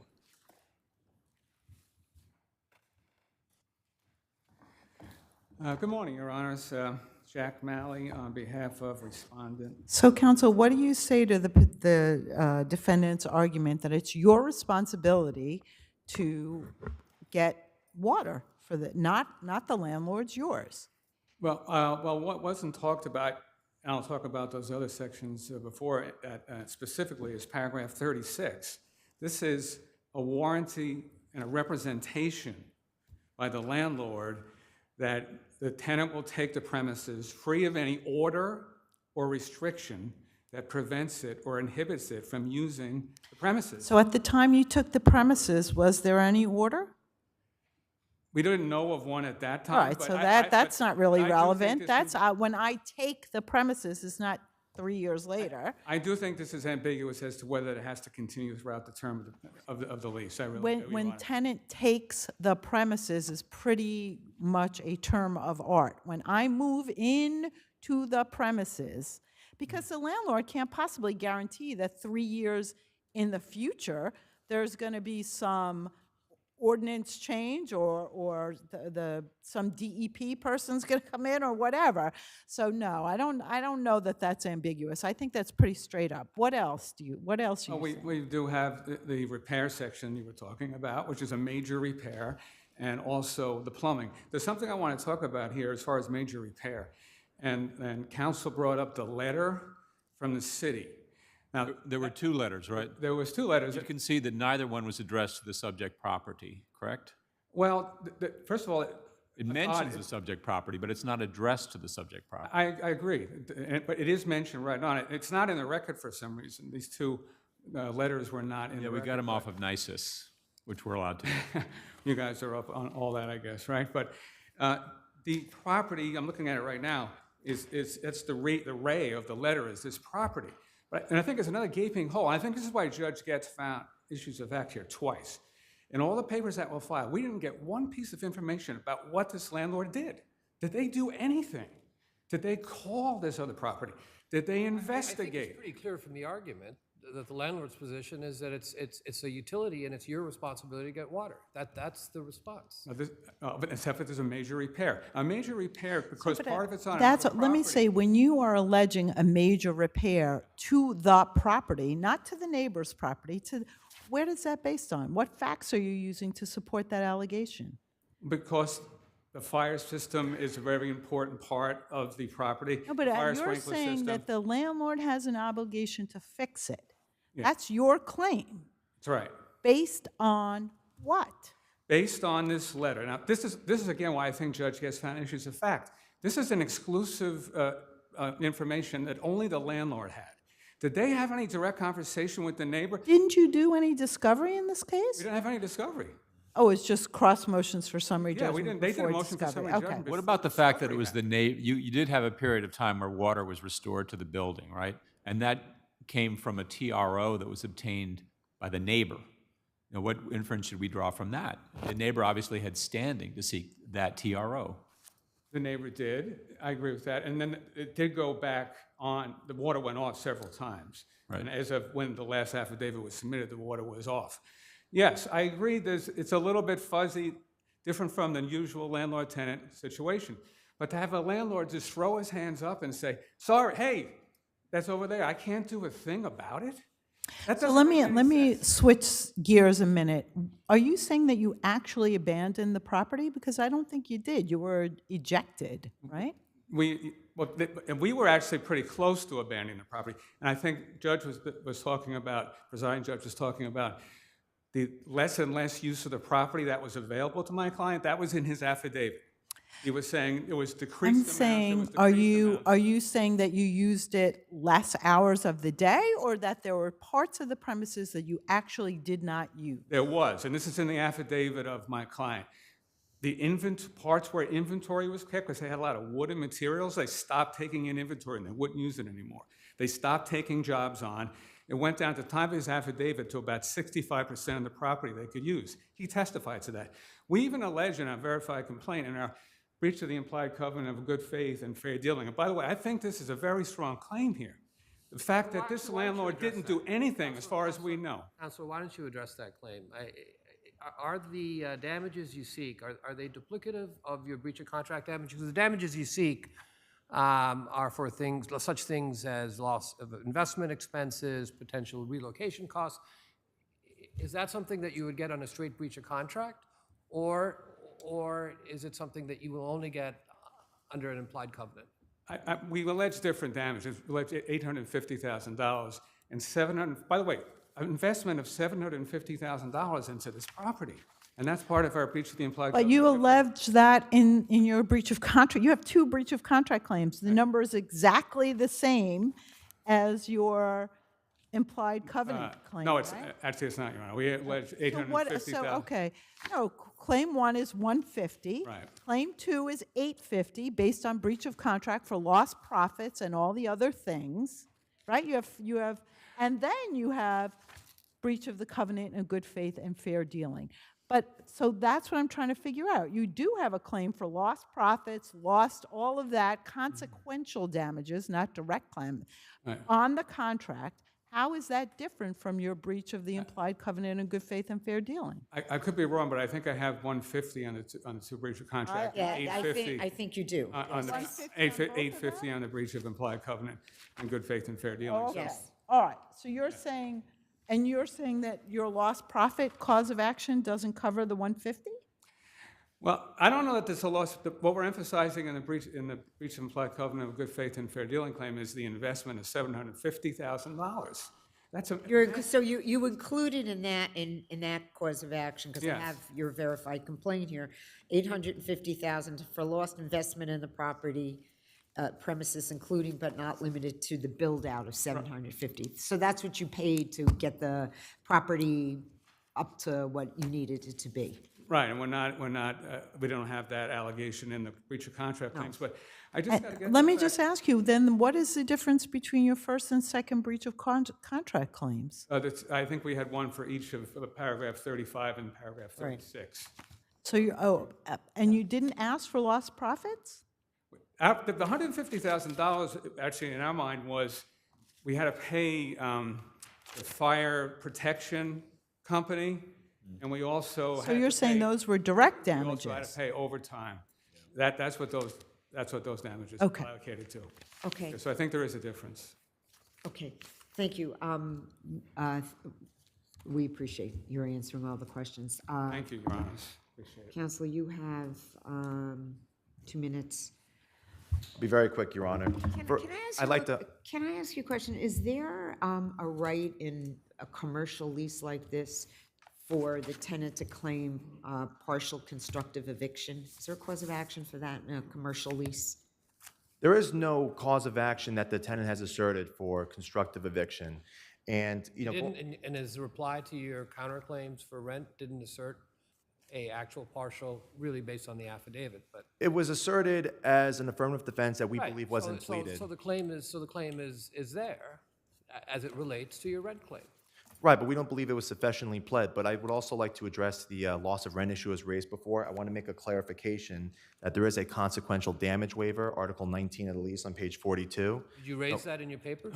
I believe that is cited in our papers. Before I misspoke, I just wanted to clarify and make sure that the court was aware that the Article 19 does provide that you cannot have such claims for loss of rent in this situation. I also would like to say that with respect to Article 36 of the lease, the operative word there is will.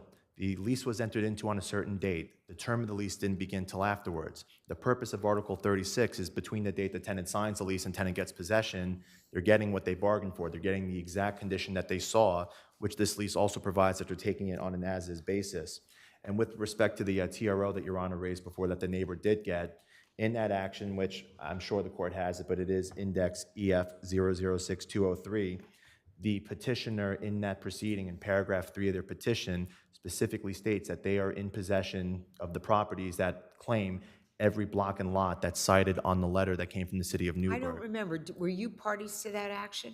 I'm sorry, Your Honor? Were you parties to the action, either you or We didn't the- have standing, Your Honor. You weren't brought into that? We were not a party to that action, and we don't have standing, which goes back to my underlying position, which is we don't have standing because we do not have the issue with our system. The issue with the system is specifically that of our neighbors. Counsel, but your client owns 420 North Montgomery Street, right? They own it. My client owns 420 North Montgomery Street, but if you look at the correspondence, Your Honor, that's on the letter that says 420 in that block and lot. Yeah. That block and lot also encompasses another piece of property which is the one that is owned by our neighbor, which is why this has come up. And that's why it was addressed to them and not to us. If it was addressed to us, it's obviously our issue. We would have to fix the plumbing system and be a major repair. But the city's position is that it is Heads Up Penny and 392 North Montgomery that has the issue with their system. And unfortunately, since the water flows through that property to ours, the plumbing system is their plumbing system. We have our own plumbing system. There is absolutely no issue with ours. That's why we're stuck in the middle of this mess where we really can't do anything about it. Okay, well, we'll certainly take a look at this a little bit more. Thank you both very much. Thank you for the opportunity. Have a wonderful weekend. You too. The next case is Do It Hospitality versus Reuben Brothers.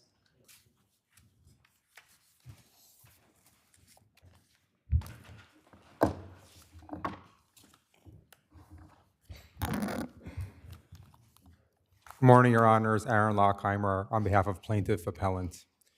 Your Honor, the lower court's decision to dismiss appellant's second cause of action for breach of contract should be reversed because respondent's contractual obligation to sell appellant's collateral for its fair market value is independent of respondent's obligation or statutory obligation. Counsel, let me ask you a question. Sure. Let's assume, for the purpose of my question, that the collateral was sold at FMV, fair market value. Doesn't it necessarily mean that under those circumstances that the sale is commercially reasonable? We're talking about the same thing, in other words. I would submit, Your Honor, that that may be true, but the reverse isn't necessarily true. In other words, just because a sale is commercially reasonable doesn't mean that the sale obtained a commercially reasonable fair market value. It's the flip side of the coin. And you have your first cause of action, and it seems to me it's a valid cause of action. But aren't we just saying the same thing over in the second cause of action? I would think not, Your Honor, because a UCC sale is not a market sale, right? Fair market value is what you would obtain in a fair market process: willing buyer, willing seller, marketed, et cetera. Here, Your Honor, as the record shows, the buyer was the seller. They were one and the same. There was nothing normal about this process. It's Not a UCC unusual under the circumstances. Certainly, I agree with you, Your Honor, 100%, but the Supreme Court, Your Honor, was very clear that the price obtained at a forced sale, a UCC sale is a forced sale, right? We had one bidder, one buyer.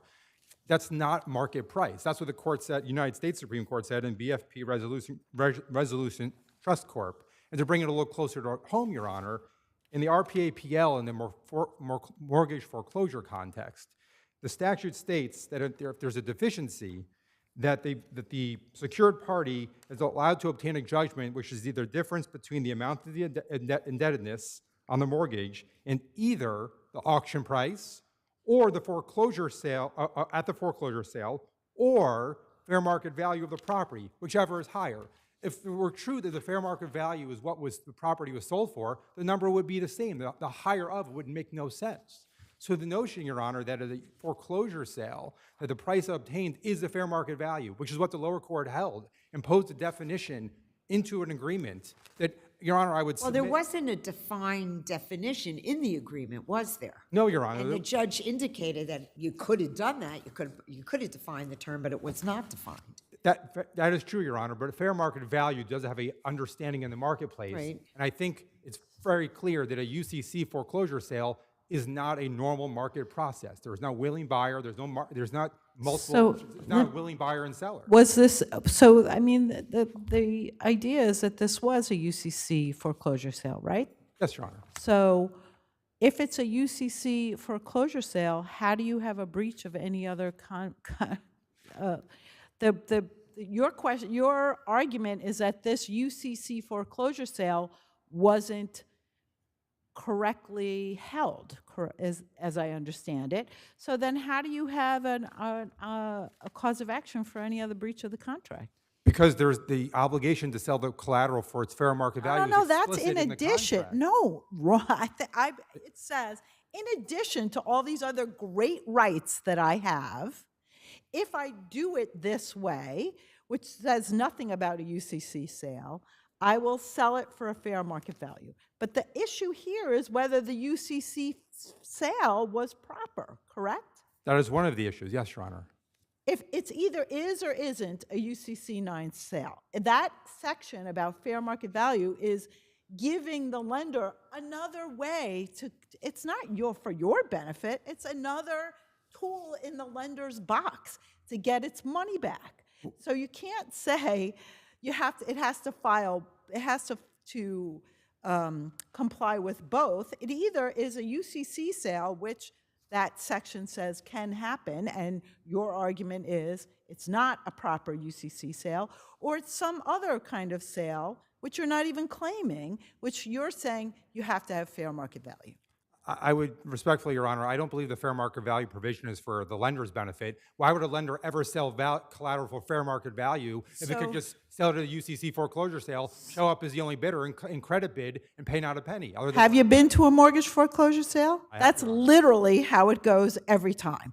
And have you bid to a sale, a UCC 9 sale? Literally how it goes almost all the time. But let me just say, what the language of that section says is, in addition to all my other rights as a lender, I have that. How do you explain that?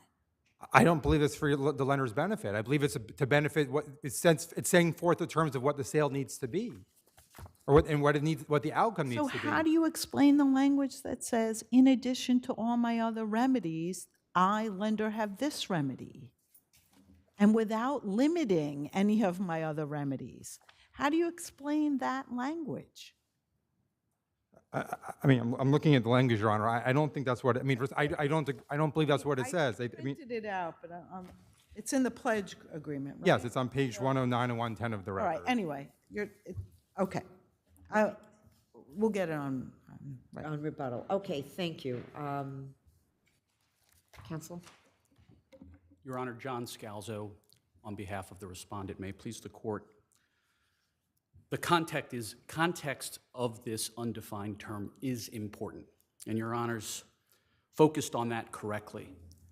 This undefined term, fair market value, is found in Section 8 of the pledge agreement. It's the remedies provision for the lender. It is for the benefit of the lender in the context of a forced sale.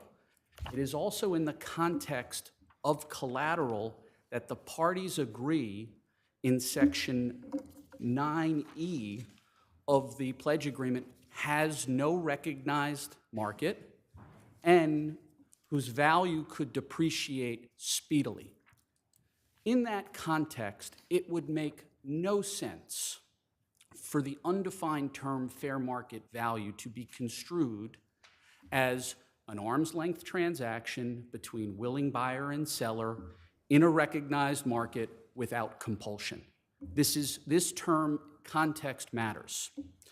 With respect to the argument that appellant made about the BFP versus Resolution Trust case, that case doesn't actually hold that, in the context of that case, that fair market value means the price achieved at arm's length. If you actually look at that case, what happens is Justice Scalia, in evaluating whether a fraudulent transfer claim, whether there was reasonably equivalent value, he acknowledges that there may be situations where the price achieved in a forced sale may be different than the price achieved if there was an arm's length voluntary transaction over time. But then at 545, page 545, the actual holding, he says, in the foreclosure sale context, which is the context the term fair market value is used here in Section 8C of the pledge agreement, the property's actual value, and I think the term is, its fair and proper price is, and I quote from the opinion, quote, the price received at the foreclosure sale so long as the requirements of the state's foreclosure law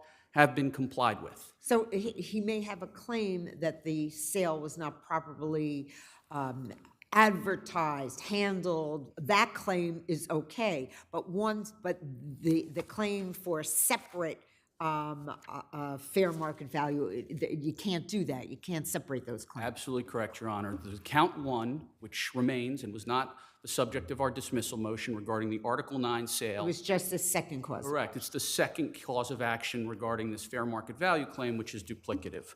Quickly on the RAPL, appellant says, well, look, there's no reason. If fair market value didn't mean the price achieved, if the fair market value meant the price achieved at a commercially reasonable sale, there'd be no reason for this, whichever is higher language in the RAPL. there is actually a reason why that unique language is in the RAPL.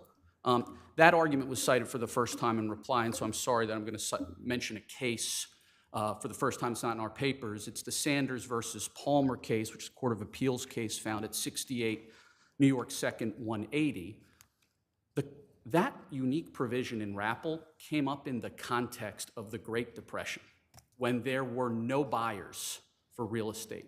And the issue that that particular provision was meant to address was when you would have a lender would go to a sheriff's sale, pay nominal amount for property because there were no other buyers, and then would make a massive deficiency claim against the borrower, and basically have the borrower subject to a double loss and the lender get a double recovery. The UCC doesn't have that same language for good reason, and the pledge agreement doesn't have that same language for good reason, because you don't have that risk in the context of this type of sale. Because in this type of sale, if the lender makes a credit bid in the absence of other bidders, the credit bid has to be in the full amount of the loan, of the indebtedness. And that's exactly what happened here. So there isn't the risk to the borrower that the lender is going to make a nominal payment for the minority interest. Let me ask you this, counsel. Is it your belief and that you did a UCC 9 sale? Well, they have alleged we didn't.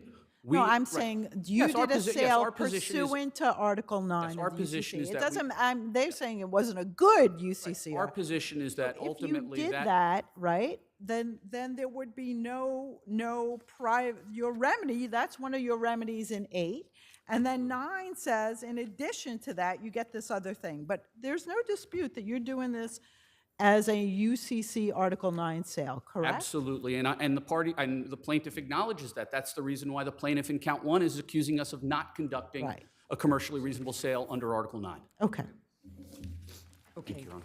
Thank you. Your Honor, just to pick up the thread on what the contract says, it says that the sale needs to be conducted upon such terms and conditions as it may deem advisable and at the fair market value. Do you dispute that this is a UCC Article 9 sale? Not whether it's a proper one, but whether this sale was brought pursuant to UCC Article 9? No, we don't dispute that at all. So then why does this other section even come into, they did a UCC Article 9. This is something else. This is a different private sale. It's called private sale, right? It's called a private sale. And in that case, you waive any right to overage in the event that it's a fair market value. I don't even understand how this comes in. It's a different right than the remedy that they went under, which is I am doing a UCC Article 9 sale. And what you've alleged is it wasn't proper. I would submit, Your Honor, paragraph 8 references one or more parcels at public or private sales or sales or in the over-the-counter market. It doesn't limit, it doesn't exclude a UCC foreclosure sale from the enumerated list of remedies that are contained in 8. I absolutely agree, but what I'm saying is it is a UCC 9 sale. So this thing that's called private sale is not what they did. It also says public sale. It says public or private sale. I'm looking at lenders shall have the right to the extent permitted by law to upon any such private sale or sales to purchase, right? And the section that you are is called private sales, right? Article 9 that you are saying they breached. It's called private sales, right? We're alleging that they breached Section 8, Your Honor. The fair market value requirement is contained in Section 8, not Section 9. I'm sorry, but what is this that you're, so what I'm saying, I think, is either under 8 or 9, there's 2 different ways to dispose of the collateral, and both parties agree that this is an UCC Article 9 sale.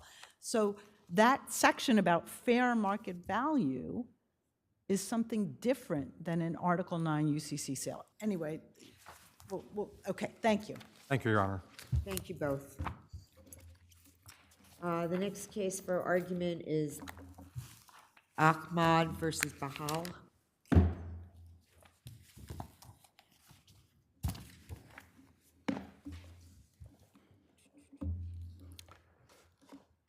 May it please the court, Alex Wolwick for the plaintiff appellant. Your Honors, I think the defendants made a decent argument for the court to consider the police accident report, even though it was uncertified. And for that reason, the court should consider that in the police accident report, the defendant admitted, and it's in quotes, it's my fault. She says, I flashed my lights because that's how I drive. He made me hit him. It's my fault, but he made me hit him. That's something that is in the police accident report. It's not denied in the defendant's opposing affidavit to summary judgment. Putting aside the police report for a minute, could defendant have reasonably expected traffic to move unimpeded in a construction zone in the Holland Tunnel? Could she have expected that? Yeah. Really, no. I mean, it's a construction zone. The plaintiff, and that's also not denied in the defendant's affidavit. She does not say there was no construction zone. She simply says in her affidavit, finally the vehicle, she was complaining, she complains that he stopped 6 times in a half mile, which would be done in a construction zone in the tunnel, in the Holland Tunnel. And finally, the vehicle speeds up, and I followed behind. Suddenly, he slams on his brakes. I couldn't avoid contact. So That's all she says. If the car in front of you stops 6 times repeatedly, is it foreseeable that perhaps there'll be a 7th time? Yes. That the car in front of you is going to stop suddenly? This is no different from a stop-and-go traffic on a highway. You have to expect the car in front of you to stop because there's a construction zone, which is undenied, and therefore it's admitted under the case. And the failure to do so, given the fact that the rear vehicle is expected to keep a safe distance from the... Yes, particularly, Your Honor, at 5 miles an hour. She attests in her affidavit, I was going 5 miles an hour. At some point, she's 15 feet away. It's not clear at the point of contact how far away, but assuming something similar, it's hard to imagine how, when you expect traffic to stop because, as you've admitted, because you haven't denied that there's a construction zone, you see the plaintiff, the lead car stopping several times. You can expect a 7th, as Your Honor says. So that excuse that was given by the defendant is not what we would consider a sufficient, not a non-negligent excuse. So we should not, that should not prevent the granting of summary judgment, is your position, I believe. Yes, Your Honor. I couldn't avoid contact, doesn't cut it in a rear-end collision case. And getting to the court's order, that the court concludes that there was erratic driving. It's based on the police accident report, which that part should not be. Who, of course, the police. He was not there. They did not observe the accident. That's pure hearsay, and it's supposition and surmise, and the court had no basis from the record, from the evidence in the record, to conclude that there was erratic driving. Thank you. Thank you. Good morning. May it please the court, I'm Daniel Rifkin for respondent. I'll make my remarks brief. Basically, the court determined that there was erratic driving both from the police accident report as well as the affidavit of respondents. It's an uncertified report, right? I'm sorry, what was that? Why should we consider the report? The report was submitted by movement underlying, and as such, that brings it in. The fact that it's uncertified would not exclude it because the movement used it to make their fact and case. So when I was going through this record, what I understand is both drivers report that they were driving slowly, correct? Mm-hmm. So I don't understand if the drivers are driving slowly, why the defendant could not, under these circumstances, maintain a safe distance from plaintiff's car that was stopping several times. According to the affidavit submitted by the respondent, which is, provided every favorable benefit of doubt, she was maintaining a 15 feet distance up until a point where the appellant sped up. She followed suit, and then he, in her words, check braked her, meaning that he stopped short abruptly, and she slammed on the brakes. But the stop short cases, there are a legion of that argument has been rejected many, many times that the plaintiff stopped short. There is some case law in the First Department as well as the Second Department, Berger in particular, where a stop short is sufficient to rebut. Stop short in a construction zone? In a tunnel? Well, we don't know what the. We know it's a construction zone. We know it's in the tunnel. As I asked previously, if the lead driver stops 6 times suddenly, why is it not foreseeable that there's going to be a 7th time? Again, given the fact that we're in the tunnel and it's a construction zone, and we're supposed to be doing 15 miles an hour, right? So 3 things to that. One, it's a construction zone, but is it an active construction zone? What is happening? We don't know that. Nobody has stated. Active construction zone versus inactive construction zone. So what would an active, the cones are out, it says construction zone 15 miles an hour. Are you supposed to look to see whether there are any construction workers or anyone there? No, you're absolutely supposed to look different. The difference I'm making, or the distinction I'm making, is that there's a difference between people coming in and out of the cones, an active construction zone where there's clearly something going on. I mean, when I drive, I don't think that if I don't see anybody working there, that the 15-mile-per-hour speed limit no longer applies. Yeah, I don't think they've changed that. I don't think that's the law, you know? No. I thought that, you know, when I see cones and I see a sign that says construction 15 miles an hour, geez, you know, I'm not looking for individuals to actually be there, because 9 out of 10 times there's nobody actually there. They're just putting up the cones just to annoy me. But again, I'm not understanding the foreseeability issue and the non-negligible basis for you not stopping. I don't. May I? Yes, please. So the point I was making about, I was not trying to suggest that you don't have to disregard the 15 mile per hour. I was simply stating that the context changes. For instance, you have to do 15 miles per hour, but if you understand that people are coming and you understand why a person is abruptly stopping multiple times, then you believe that would happen, and maybe there's some trigger that, I see a construction worker coming, he's about to stop, I'll stop too. That could explain 6 times. Somebody just abruptly stopping for no apparent reason whatsoever, it creates a different context. In terms of foreseeability, I agree with you that yes, foreseeably, somebody who's stopping multiple times in a short period of time, you would expect maybe, okay, this person is practicing an erratic type of behavior, I need to be more cautious. That's a good question. I think it's a question for a jury to decide. And as such, I think that the opinion below is correct in denying summary judgment. Okay, thank you. Thank you. You have 1 minute. Your Honor, from the plaintiff's affidavit, paragraph 6, there were workmen in the lane to my right performing work at this time in the construction site. And the defendant, I mean, it's not like the defendant doesn't know the same thing that the plaintiff knows, Your Honor, right? correct. So if the defendant thought there was no one around or there was something wrong with that statement, the defendant, who did put in an affidavit, could have said, no, that's not right. There was no one there, no construction zone. There's no additional information that needs to be found out. Both parties know exactly what the scene looks like. That's correct, Your Honor. And finally, no, you won't find in the defendant's affidavit that the plaintiff stopped for no apparent reason. Those words are not in there. Just he suddenly stopped. Incidentally, didn't the plaintiff also state that the defendant was flashing the lights at his car? Yes, Your Honor. Thank you. Okay, thank you. Thank you both. People versus Richard Leslie.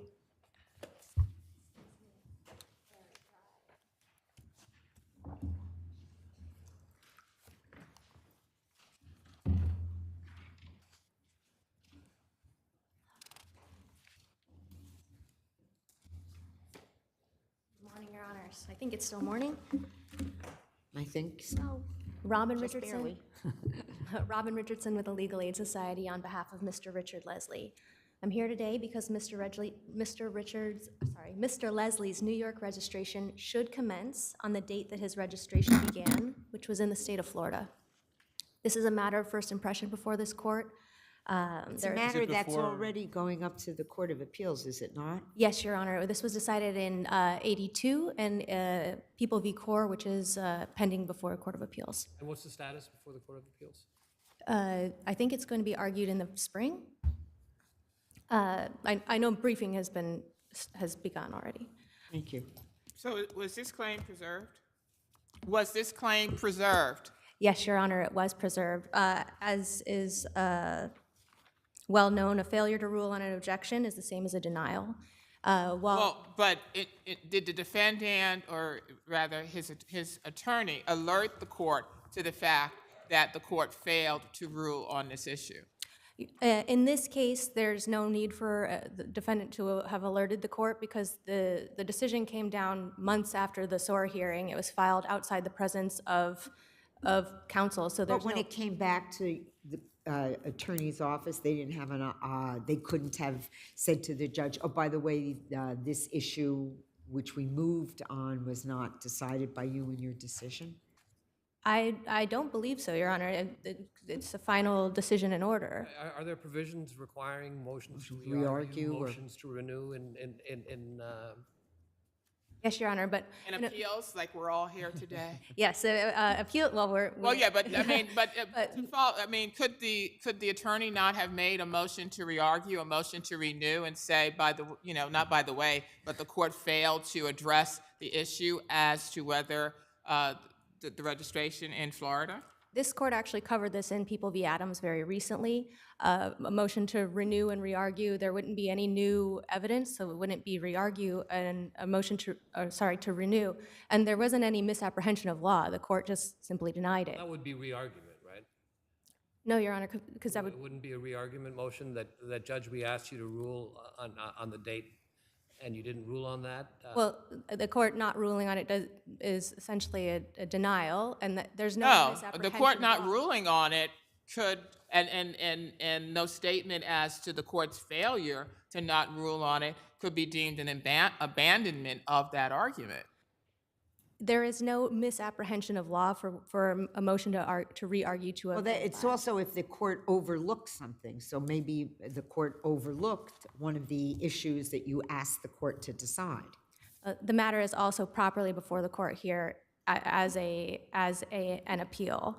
As I said, there wasn't an opportunity, and all of the case law that was stated by the opposing counsel on this issue happened in pretrial motions, happened during trial, and those are in situations where you're really trying to keep a defendant from getting a second bite of the apple by just quietly ignoring the fact that something didn't happen. This was a final decision in order that happened. So let's months move on, after. because there could have been a motion to renew or re-argue.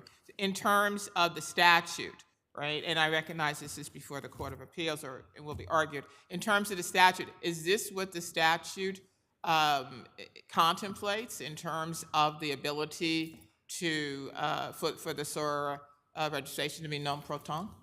Yes, Your Honor. For context, the current SORA law was passed in 2006 at a time when every state and the federal government had a sex offender registry. The legislature created a process by which there would be out-of-state offenders coming into New York and registering in New York.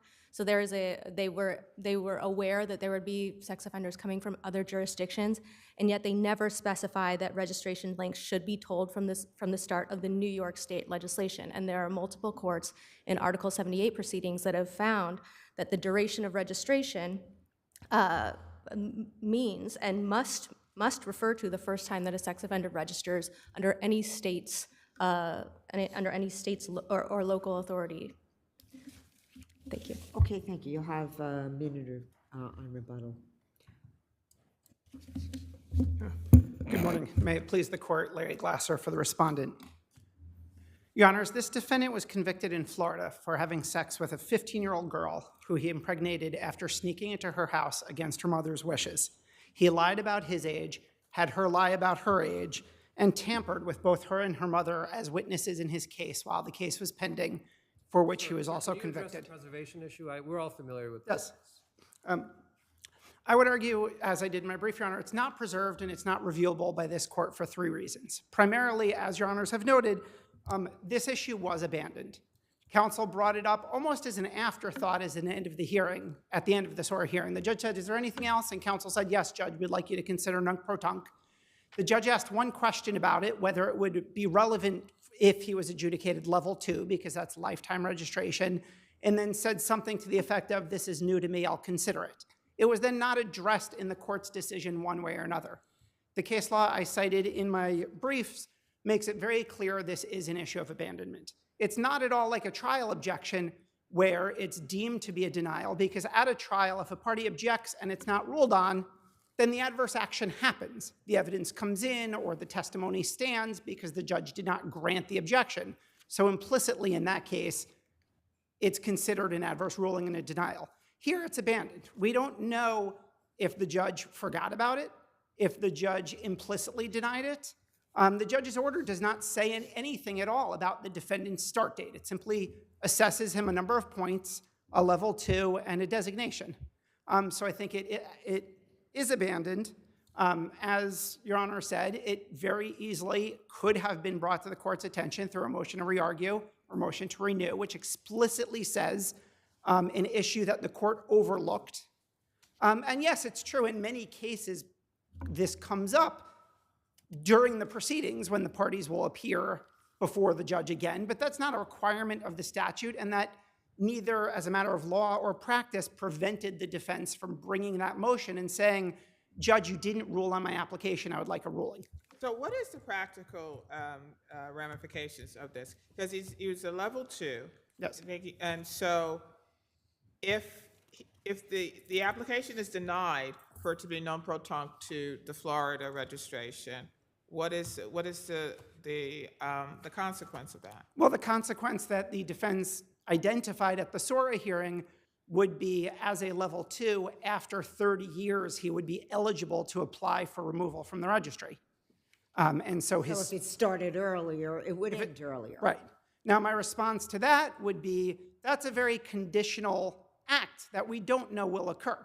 And like any other motion, Because it doesn't have to be granted after 30 years. Not only does it not have to be granted, the court has some discretion, we don't know if the defendant will apply after 30 years, and specifically if he'd applied during this narrow time period at issue. If he applies after 35 years, this wouldn't be an issue. So in that sense, the court ruling on it now, finding him a level 2, would be premature. So he registered in 2007 in Florida? Well, that's also one of the issues, and one reason I would submit it's not reviewable before this court. There was inconsistent evidence presented to the court below when he registered. At one point, the defense indicated he got out of prison in Florida May 4th of 2015 and registered on that day. They later indicated that was a Saturday and he registered the next Monday. It was just a couple of days. It wasn't a big... Well, that was a couple of days, but on appeal, the defendant's brief on appeal also indicates twice that he registered in July of 2015.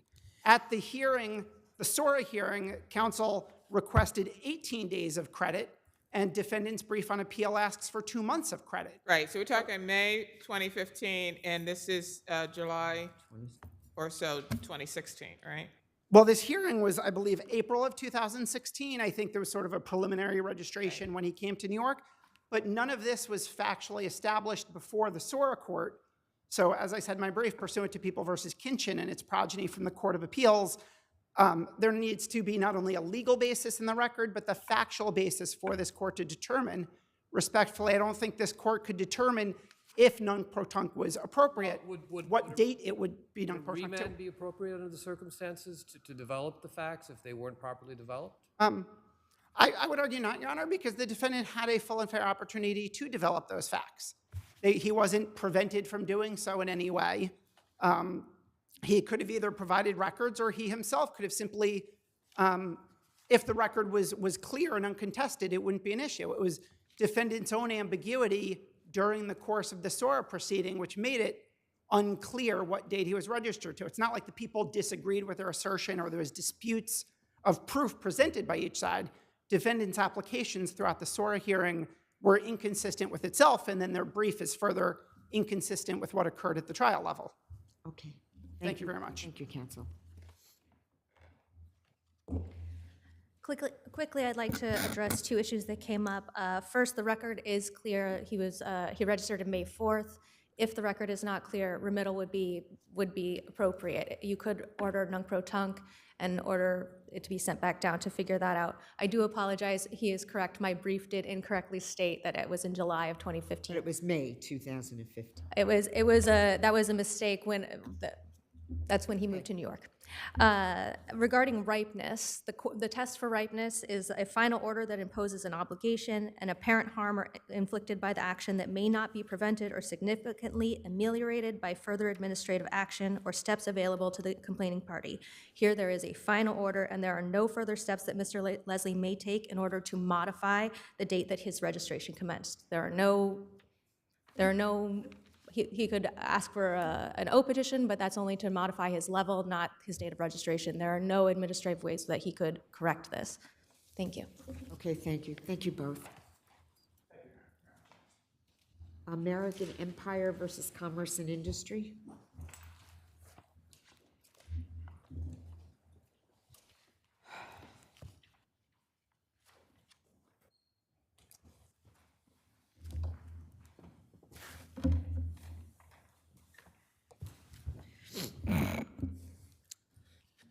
May it please the court, John McKenna for the appellant. This is a lawsuit that was brought to in response to two incorrect denials of coverage by the defendants, AIG companies, Commerce and Industry, and National Union. We'll take one step at a time. Deal with the National Union claim. Well, I'll back up once. The underlying action is still pending in Bronx County and subject to trial right as we speak.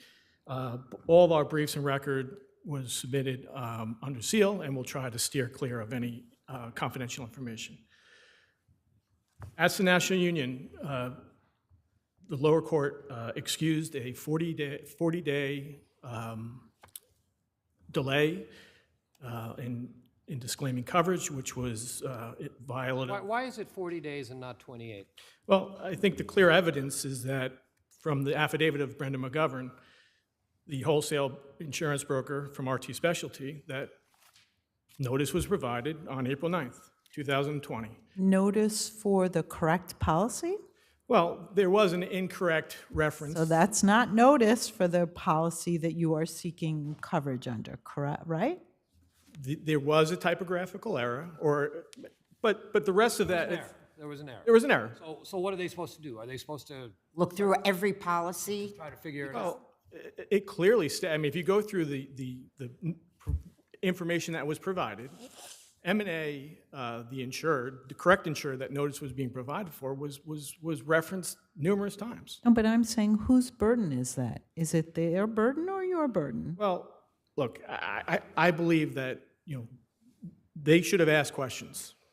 The question is, who's got the burden to give a correct and appropriate notice of claim? You or them? Well, the notice of claim should have been clearer. And it wasn't. It was Well, just on the wrong. policy number, though, Your Honor. Just on That's the a policy pretty number. big thing, right? I'm sure their systems go by policy numbers. Most do. But they did not ask the question. That's what the question. That I think that's what I'm asking. Did they have you. an obligation to do that? Or I think they do. As an insurance company, they should have. If they had questions, they should ask. Could the court take into account how long it took for you to make a demand? Well, I I think mean, you're trying to hold them to the punctilio, and you guys, it seems to me, dropped the ball in making a demand in the first place. Well, and we can get to that on Commerce and Industry, but I will state that 3420D and timely disclaimers have because notice is late doesn't relieve an obligation for a carrier to timely disclaim. What about and you also dispute that the COVID-19 emergency Yes, Your Honor. could also be an excuse? Well, clearly, the executive orders say nothing to insurance law. But would you acknowledge, sir, that there was a massive disruption of business in New York, in the country during that time? World. And should courts, in fashioning remedies, understand that we were in a crisis? I would if National Union had any excuses provided during discovery that their delay was caused by COVID. There was no evidence submitted to that. The testimony of the claims adjuster did not indicate there was delays caused by COVID. Legally, though, the executive order, the governor has the right to issue the executive order, but it's got to be clear as to what statutes are being told. No reference at all to the insurance law.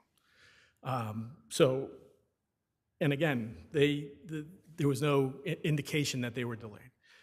And I can just briefly address issue number 2, which is whether or not notice should have been provided more timely to commerce and industry. And I will say this, as an excess carrier, there was no evidence that their policy would have. How could you say that, though? Because the accident was in 2014, and I thought you had people, you're the plaintiff, right? Correct. You had people who were investigating these claims brokers, maybe lawyers, who knew that the plaintiff had a very good shot on this 240 subsection 1 underlying case, Right. and that the damages could be significant. So how could you have said it took you 6 years to figure out, oh, maybe we should let the excess know? Yeah, maybe it should have been sooner, but what was submitted, the value of the case was never, projected to be at the level of the commerce and industry policy. So in 2016, the plaintiff makes a demand that's way higher than the $4 million, right? And in 2019, the plaintiff makes an even bigger demand, right? And you're aware of both those demands, and you know what the bottom line is. You know what excess insurance that you have. There's $4 million below you, and then you. So in you have in your view, at least in 2016, 99% that plaintiff's going to win, and making a demand more that would implicate excess carriage, right? Excess coverage. Is that correct? No, I disagree. I wish that plaintiff's demands would accurately reflect the value of the claim, but. Well, I'm just saying, no, it doesn't. We don't have to pinpoint it. The question is that the time for you to give the excess carrier notice? Well, defense counsel and the professional claims adjuster made their determinations of what value was at that time. That's in the record, and it did not exceed. How far was it below the number? Well, it did not exceed the attachment point. Okay, but it's close, and the plaintiff's making a much bigger demand. So you're saying, armed with all that information, you get to wait till 2020 to make a demand for excess coverage? Well, I'm not saying that we have to wait, but I think that the test is, when is it reasonable to conclude? That's right. So your number's not that low below 4 million. You have 99% plaintiff's going to win, and you know plaintiff's number is way more than 4 million, and you're saying it was reasonable for you, armed with all that information, not to give notice? I don't think it was reasonable to conclude that the commerce and industry policy was going to attach based upon the value calculated by the defense counsel and the claims adjuster. What was the value? Oh, I'm sorry, yes. I'm sorry. Thank you. We'll go to, you can answer the rest of the questions on rebuttal. Thank you. Good morning, Your Honors. Elizabeth Alstrand on behalf of National Union and Commerce. So the question not addressed, which I wanted to ask your adversary, and I'm going to ask you, so to give him a chance to respond to it, and that's the issue of prejudice. Notice was given at a time after liability was determined in this case? Yes, so the irrebuttable presumption of prejudice applies, but even if it didn't, the prejudice is manifest. There were opportunities to settle the case earlier. The demands from the plaintiff continued to increase over time. That's sort of how it works, right? Exactly. Demands usually go up. And in fact, American Empire's adjuster recognized this was a dangerous case. He understood that it was getting worse over time, and yet despite the fact that the verdict values by defense counsel were increasing, despite the fact that the injuries were, they were getting worse over time as well, no notice was given. And just to be clear, the reason notice wasn't given was not that American Empire made this analysis during the course of the claim to not give notice because it didn't think that the attachment point was being approached or could possibly be approached, but rather because the insureds, their broker, American Empire, the other insurers involved kind of buried their heads in the sand and didn't look for the excess coverage. I mean, there actually is a case pending, I believe, by the plaintiff against the broker, where they've admitted that notice was untimely. And also, when you look at the depositions of Glenn Connolly, American Empire's adjuster, he says and admits that he would have given notice in 2014. Why? So that coverage would be available. And absolutely that notice should have been given by the time the $5 million demand was made in 2016. And that was well before the plaintiff moved for summary judgment. And it's also important to note that the reason the plaintiff was able to move for summary judgment was because he moved to vacate the note of issue because he was going to have another surgery. And so even at that point in time, the injuries are continuing to get worse.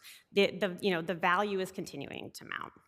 And just to touch briefly on the notice of the disclaimer by National Union, I think the record is really clear that notice was not provided until April 21st.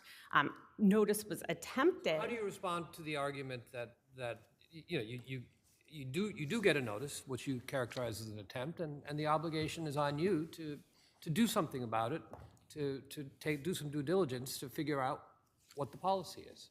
Well, quite frankly, I believe that the burden is actually on the insured. The burden is on the insured to provide sufficient information. And so even if we assume that that National Union received notice on the 9th, which we do not agree with, the information that was provided on that day, not only was it confusing because it referenced the commerce policy, it referenced acceptance of tenders, under the advanced American Empire policies, which would be under the commerce policy, right? It was confusing, it was not well done. The first notice of loss forms were essentially blank. They didn't contain any substantive information. And it's important to remember that the time doesn't start ticking for National Union to disclaim coverage on late notice until it knows that it has sufficient information to do that. And there was nothing in that packet, that first notice of loss packet, that said what the injuries were, what the damages were. And once National Union had notice, it asked those questions. On the 22nd, it asked for defense counsel reports. It asked for that information. And Can that I ask you, information didn't come in. counsel, did you rely at all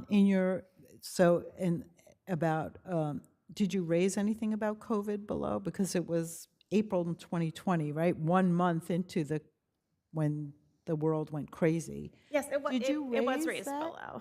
And what did you say?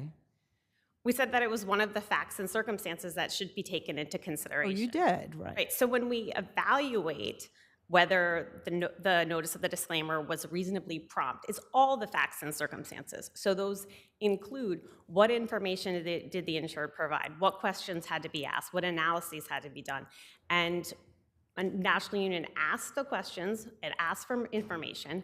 Once that information started to come in, the adjuster then said, hey, I need to have coverage counsel take a look at this because I'm not sure how 3420 will apply to this. Coverage counsel looked at it and then they issued the disclaimer, all while the world was literally in a pause because this was like 3-4 weeks after New York City put its hold on all business relations. Well, I got the impression from your adversary that you didn't raise that particular issue at all below.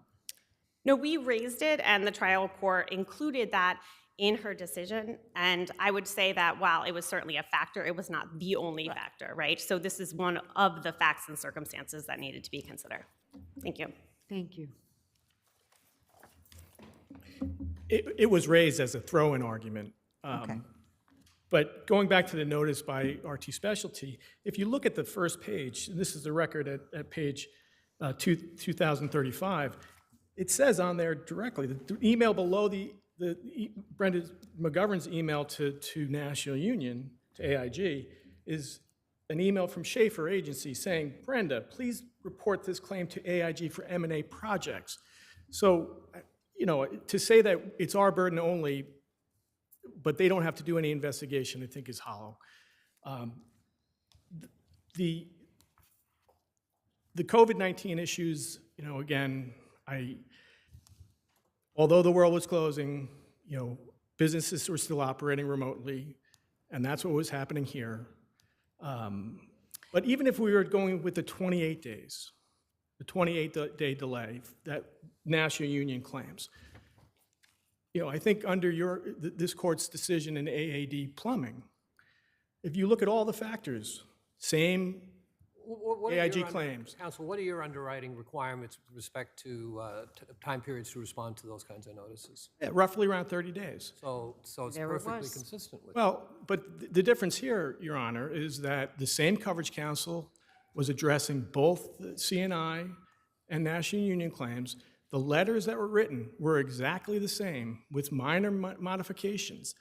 There was no reason for this delay. There was no reason offered for the delay being COVID-19. They just violated 3420D. Okay, thank you. Thank you both. The next case for argument is Ring versus Elizabeth Foundation.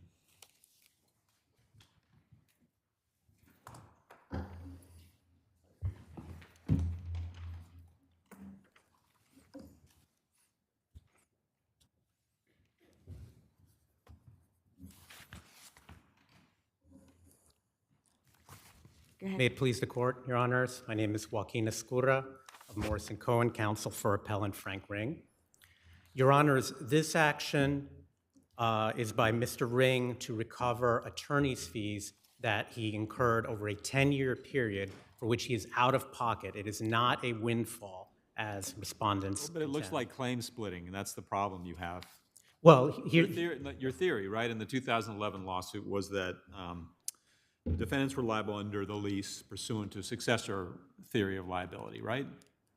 well, not quite. They were liable. The enforcement judgment was to enforce the prior judgment on theories of de facto merger.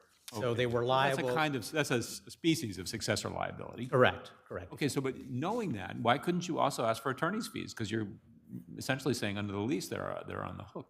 Well, here's the big problem with that. At the time that we brought the enforcement action, there was no legal basis to bring a claim for breach of the lease. You hadn't won yet, so yeah, you don't get attorney's fees until you win, but you had a theory under which you hope to prevail. But no, it's not just not winning, it's that there was no legal, the respondents, had been no legal basis. The respondents were not parties to the lease. Right, When you have a the claim- successor, the successor responsibility had not been determined. Exactly, But, exactly. so that was what the court had to do, but couldn't you say, in the event the court finds this, then we're seeking legal fees? I mean, nobody wins when they start the case. That's how they start the case. You put out all your claims, you hope you win on what you win. So why couldn't you have put it in there? Well, respectfully, Your Honor, doing so would actually go against this court's and the Court of Appeals precedent on re judicata. The case of In re Hunter 4 NY 3rd 260, the Court of Appeals said the re judicata rule applies not only to claims actually litigated, but also to claims that could have been raised in the prior litigation.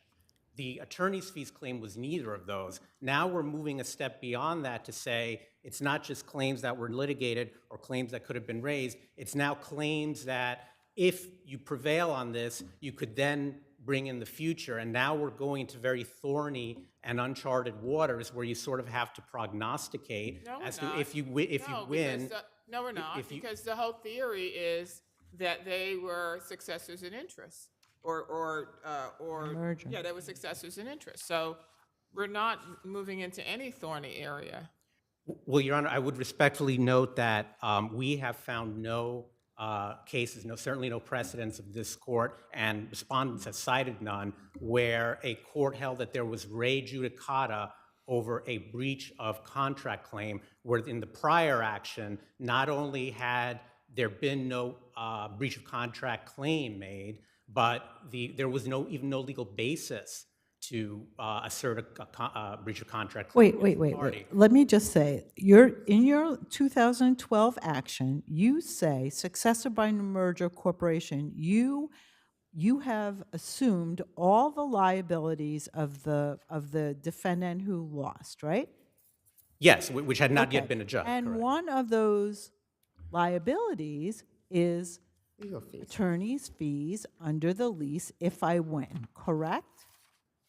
So you could have obviously brought that claim against who you are saying, that's exactly your theory. So it's not just I'm liable for the rent, it's, right? You can't split it out. That was the first question. You can't split out, I'm liable for the rental obligation under the lease, but I'm not liable for the attorney's fees under the lease. How could that be? Your Honor, I would respectfully say there was no breach of lease claim for rent. But in the that, does that 2011. but does that matter? Yes, it matters. Why does that matter? It matters very much because there was no legal basis to assert a breach of lease claim at that time against respondents.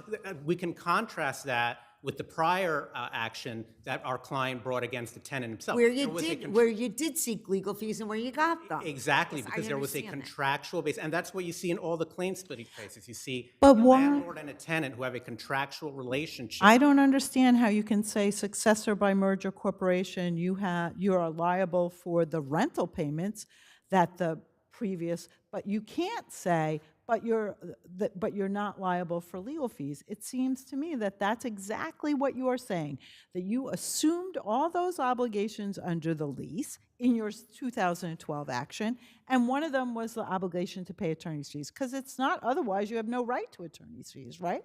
Right, but again, in every case, and we've cited them in our briefs, you have an existing legal basis. You don't have a step ahead where it's, if we win, then we'll have a legal basis, and then we can, seek attorney's fees. All right, We're not parties at that time. I think we get your argument. Let's hear from your adversary, and you'll have a minute or two to respond. Thank you.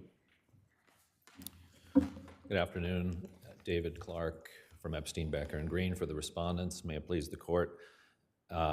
This is certainly a classic example of a case where res judicata should apply.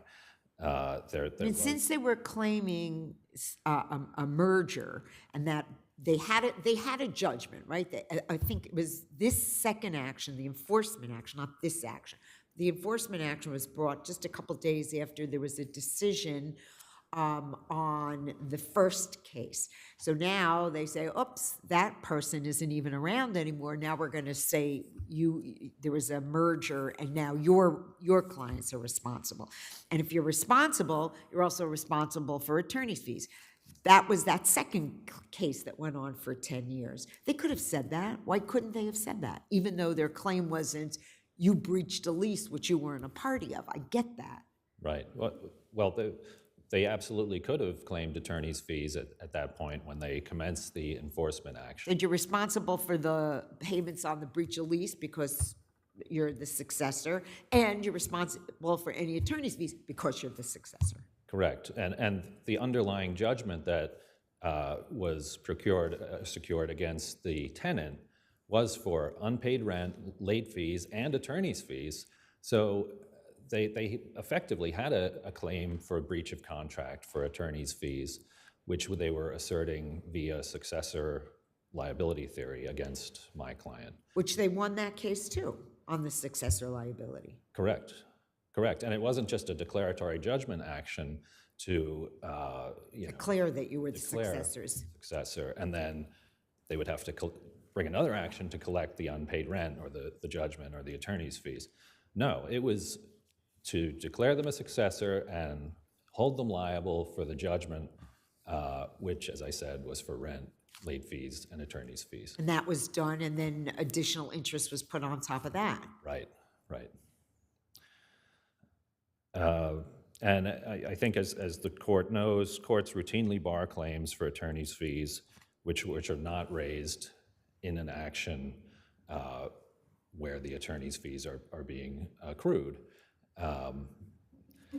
And we cite some cases to that effect: Feeney versus Licari and Jumax Associates versus 350 Cabrini, and the Drive It case.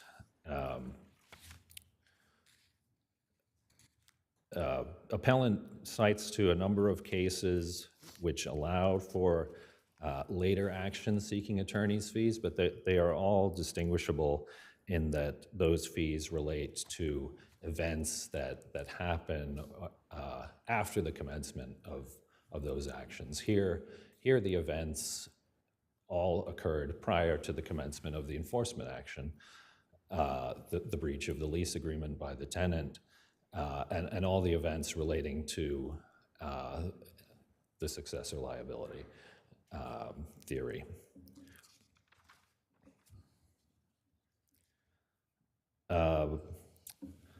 Appellant also makes reference to, in the reply brief, to a case, Melcher versus Greenberg-Traurig, which relates to claim splitting.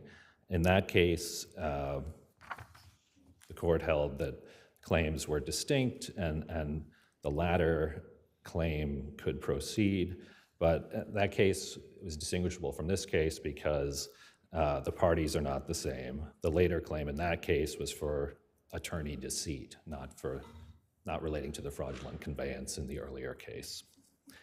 So, unless the court has further questions, I'll yield here. See, we're not shy, so I guess we don't. Okay, thank you very much. Thank you, Your Honor. Sure. Again, the Melcher case, 13583rd 547, that counsel just alluded to, calls claim splitting a narrow doctrine and says if the liabilities or claims alleged in the two actions arise from different sources, instruments, or agreements, the claim splitting doctrine does not apply. So liability here arises from the lease, correct? I'm sorry? The underlying liability here arises from the lease. Correct, for in this action. Correct. And you are suing the successor, saying you are responsible for these breaches of these leases, and as my colleagues have pointed out, that would include the attorney's fees. Correct. But in the prior action, in the enforcement action, the liability, and if you look at the complaint in the enforcement action, which is at pages 31 to 37 of the record, it barely mentions the lease at all. It focuses. What are you trying to enforce in the enforcement action? We're trying to make the respondents successors successor parties because of the de facto merger. So if you look at responsible for breaches of the lease. Right. Right, but the focus, the sources and the instruments at issue in the enforcement action were the 2002. But they all flow back to the lease. Right, but well, everything can flow back to the lease. Exactly, But that's not, including the attorney's fees. right, but that's not the standard for re judicata and claim splitting. It's as this court has held previously, it's a narrow doctrine, and you look at the transactions. It's a transactional analysis. You can reduce everything back to the lease, but the issue is whether the transactions in the prior action and this action were the same. They're not. The prior action involved issues from 2002, de facto merger of the tenant into respondents and liability based thereunder. The complaint here just says, there was an action against the tenant, we won. There was an action against the respondents to de facto merger, we won. Now we have fees that were incurred after the debtor action, and most of which were incurred after the enforcement action was commenced. And it's a completely different series of transactions, different set of facts. Okay, thank you very much. Thank you. Have a nice afternoon. And our last case for argument is Century Property versus Manus and Richter.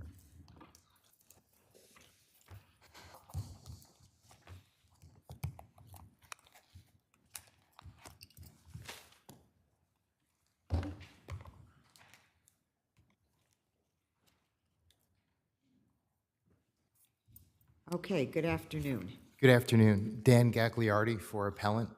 Okay. So the key issues in this case are about standing.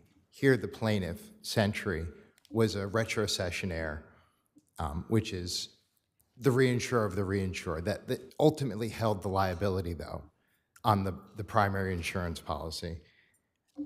And it had to make a payment under that policy due to the defendant's legal malpractice. And then it sought to bring a claim as equitable subrogee of the original insured. Let's deal with the malpractice. Okay. First. You need a relationship which is near privity, correct? For a direct claim, yes. Well, and in this instance, how have you shown that? Well, we did also argue that Century had standing to make a direct claim based on some interactions between the attorneys in the underlying suit and Century's representatives But mainly on the appeal, we focus on its standing as equitable subrogate. Okay, so you want, So okay, you think those are your stronger arguments? The equitable subrogation and the assignment from the original insurer okay, so are the let's strongest first deal with arguments. equitable subrogation. There are two lines of cases, correct? There's the federal cases which seem to say that a reinsurer is entitled to equitable subrogation under these circumstances. Yes. The third department says, from a very old case, says no. Yes. Why should we not follow the third department case and look to, be informed by federal cases? Well, I think if we look at the decision last year in innovative risk management, where the third-party administrator attempted to bring a claim as equitable subrogate, that was denied. But the questions that were asked, the third-party administrator there were, Because they didn't pay. The did you pay third-party the claim? administrator doesn't pay because they're just the third-party administrator. And they didn't pay the claim, and did you have an obligation to pay the claim? And the answer to that was also no, and that's why it failed in So innovative that's how risk you would management. distinguish this innovative case. I think innovative supports our position. Right. That's what I Because mean. innovative arguably could stand for the position is that because you have a contractual relationship to pay the claim or pay the underlying obligation. Yes. Correct? It may suggest that you're entitled to it. And although innovative didn't say there was no privity directly between the plaintiff, the defendant in the case and the third-party administrator, it said, did they insure the insured? We didn't directly insure the insured. We held the ultimate liability on those policies, though. And it didn't say, was there a contractual obligation, in direct privity to the original insured? It said, was there an obligation? And broadly, privity is not a requirement for equitable subrogation. It's an equitable doctrine. It's a broad doctrine. If there would be a contractual obligation for subrogation here, would it follow that there would also be an equitable obligation? I mean, do they go hand in hand here? No, they're not. Equitable is not required. There doesn't have to be a contractual relationship to have equitable I understand rights. that, but in this instance, if there were a contractual subrogation, if you were entitled to it, would you also be entitled to equitable subrogation? Yeah, if it was also enumerated in a contract, then yes, there would be additional right. I don't think there would be, in the same way, in the underlying case, there was a contractual right to indemnification. There's also a common law right to indemnification. It just makes it cleaner if there's a line of contractual rights. So do you think you can succeed in this case arguing contractual subrogation, or you really think this is your strongest argument is the equitable subrogation? Well, I think because it sounds like the arguments are a little, in reading this, it sounded to me like they were a little conflated, but maybe you could help me understand. Yeah, and contractual it was a little bit of a, maybe too simple of a header to use, because it's really, the contractual subrogation rights accrued to Ace American, which was the primary insurer. Ace American then additionally assigned any rights they may have to Century.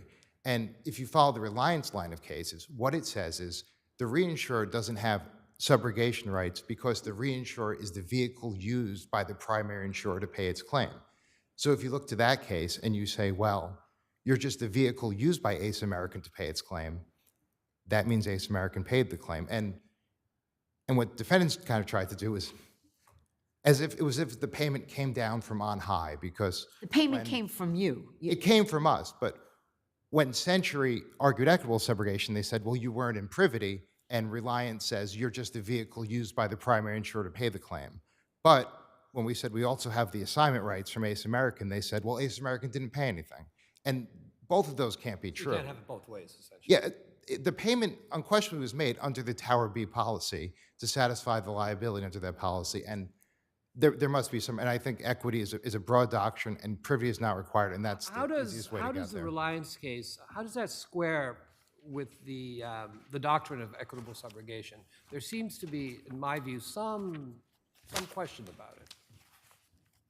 Yeah, I think Reliance, by looking to making a privity requirement there, and not looking at whether the payment was made pursuant, when the reinsurer directly pays, or the retrocessionaire, and not looking to whether it was made pursuant to an obligation, an existing obligation, or to protect its own interests, to say that there's no equitable subrogation. That's not really the spirit of the doctrine. That's not what equity is. And just one more case I think was very interesting was Hamlet at Willow Creek, the second department case, which there was absolutely no privity there. And they said, this is a very novel application, and we're going to allow it because basically the doctrine, it's case dependent, it looks in the facts, and it looks at substantial justice. I just can't see why there would be no recovery to Century here, or no ability. At least this is just standing At to bring the suit. At the pleading stage. Thank you.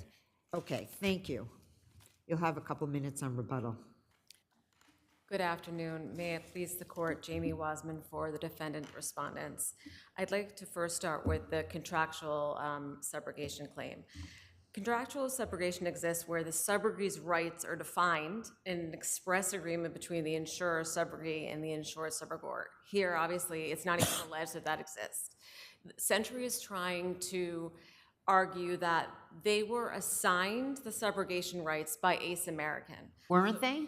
Well, they were assigned a legal malpractice claim as against my client. However, if you look at the insurance policy at issue, i.e. the Ace American to the Tower B, the express language of that contract, which is necessary to review, provides that they're only given subrogation rights if they make a payment on behalf of the insured. And the reason we're here is because Ace American did not make a payment on behalf of Tower B. But Instead, who was the payment to? Century. The payment was made on behalf of Ace pursuant to contractual obligations going up and down the line. But that's not what obviously, in contract interpretation, we have to look at the express language of the contract. I'm sorry, go ahead. I mean, it seems to me that it's somewhat of a narrow interpretation of they didn't pay. I mean, the payment, you can ensure that your payment will be made by someone else. Tower B made sure that they had insurance in case they were found responsible. Ace made sure they had insurance in case they were found responsible. That's why they have these reinsurances. So I think it's somewhat of a narrow interpretation. Well, respectfully, the word "we" is in there, and "we" is the insurance company that issued the policy, and that "we" is Ace American. So you're saying that we should disregard the assignment because someone paid on Ace's behalf as opposed to Ace itself? I'm saying that you should disregard the assignment because there was nothing to assign. Well, no. So if my parent company pays my debt, I have paid my debt. It doesn't matter to whoever gets it, whether it comes from me or my sister corporation or my parent corporation, or if it comes from who it comes from. The question is whether the debt was paid, right? Well, and generally, that's how contracts are interpreted. And if I say, I'm assigning to you all my rights to get that back, you don't have a right to say, well, it came from your parent corporation or your sister corporation or someone else. That's not your ability to dispute, right? The assignment is a limited assignment of a legal malpractice claim as against my client. And I respectfully think that there's a difference between a parent corporation scenario versus a contract between two different insurance companies, between an insurer, a reinsurer, and then a retrocessionaire. So under the express language of the contract that we need to review, there was no subrogation claim to assign. So that's our defense to the contractual subrogation claim. With respect, very briefly, I know that this was not touched upon, but the near privity, there are absolutely no allegations set forth in the complaint that would establish that this legal malpractice claim is based upon. What about counsel seems to be relying on the equitable subrogation. I wonder if you can address that. Of course. Equitable subrogation in the insurance context allows an insurer to step into the shoes of the insured if the insurer has to pay for a loss on behalf of the insured. We don't have an insured here. Well, in this instance, the difference is because you have a reinsurer, We have an entity 3 steps away from the insured that has absolutely no relationship with the insured, and there's absolutely Well- no New York State legal authority that permits this type of action. Conversely, Well, okay, there's a let me third stop you there department. for a second. Let me stop you there. Okay. There's one case that you rely on. That's the federal case from the 3rd Department, which has not been, to my knowledge, been cited ever by any, at least appellate division court. And there's a line of federal cases. So the question is this. You narrow your interpretation to sort of essentially contract interpretation. How does the doctrine of equitable subrogation, whether it's contractual or equitable, sort of play into it? Because what the party is seeking to do is saying, hey, we want to be compensated. We were forced to pay a liability that's not ours. It's your party that was the cause of that shortfall in the settlement. So why shouldn't that be a basis for the claim? Because there's absolutely no connection as between this retrocessionaire and the insured. Except And that they paid out millions of dollars for their liability.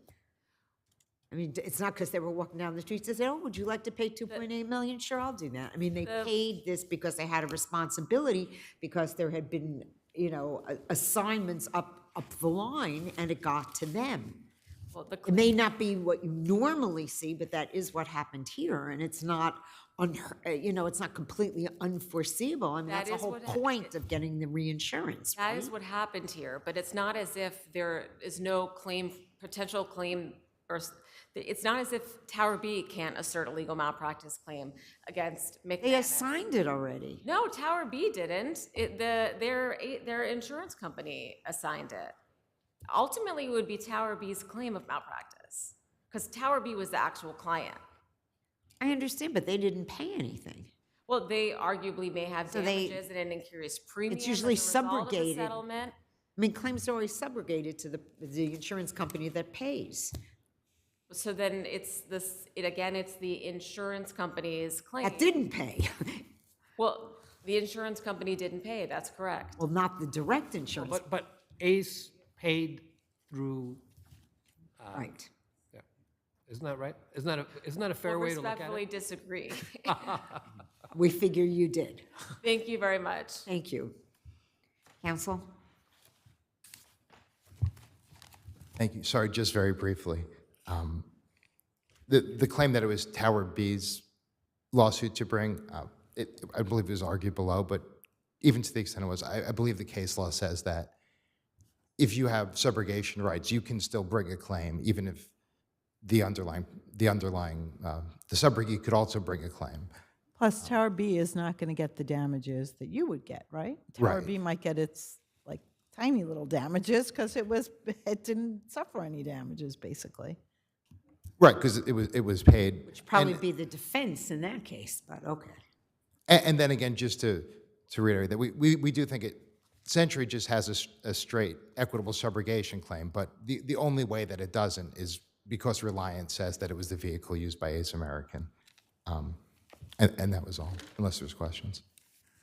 Okay, well, Thank you very much. Thank you very much. Wilfred, thank you very much for staying for the whole session. We hope you found it enjoyable, and we all wish you very good luck in your studies going forward. Hope to see you again.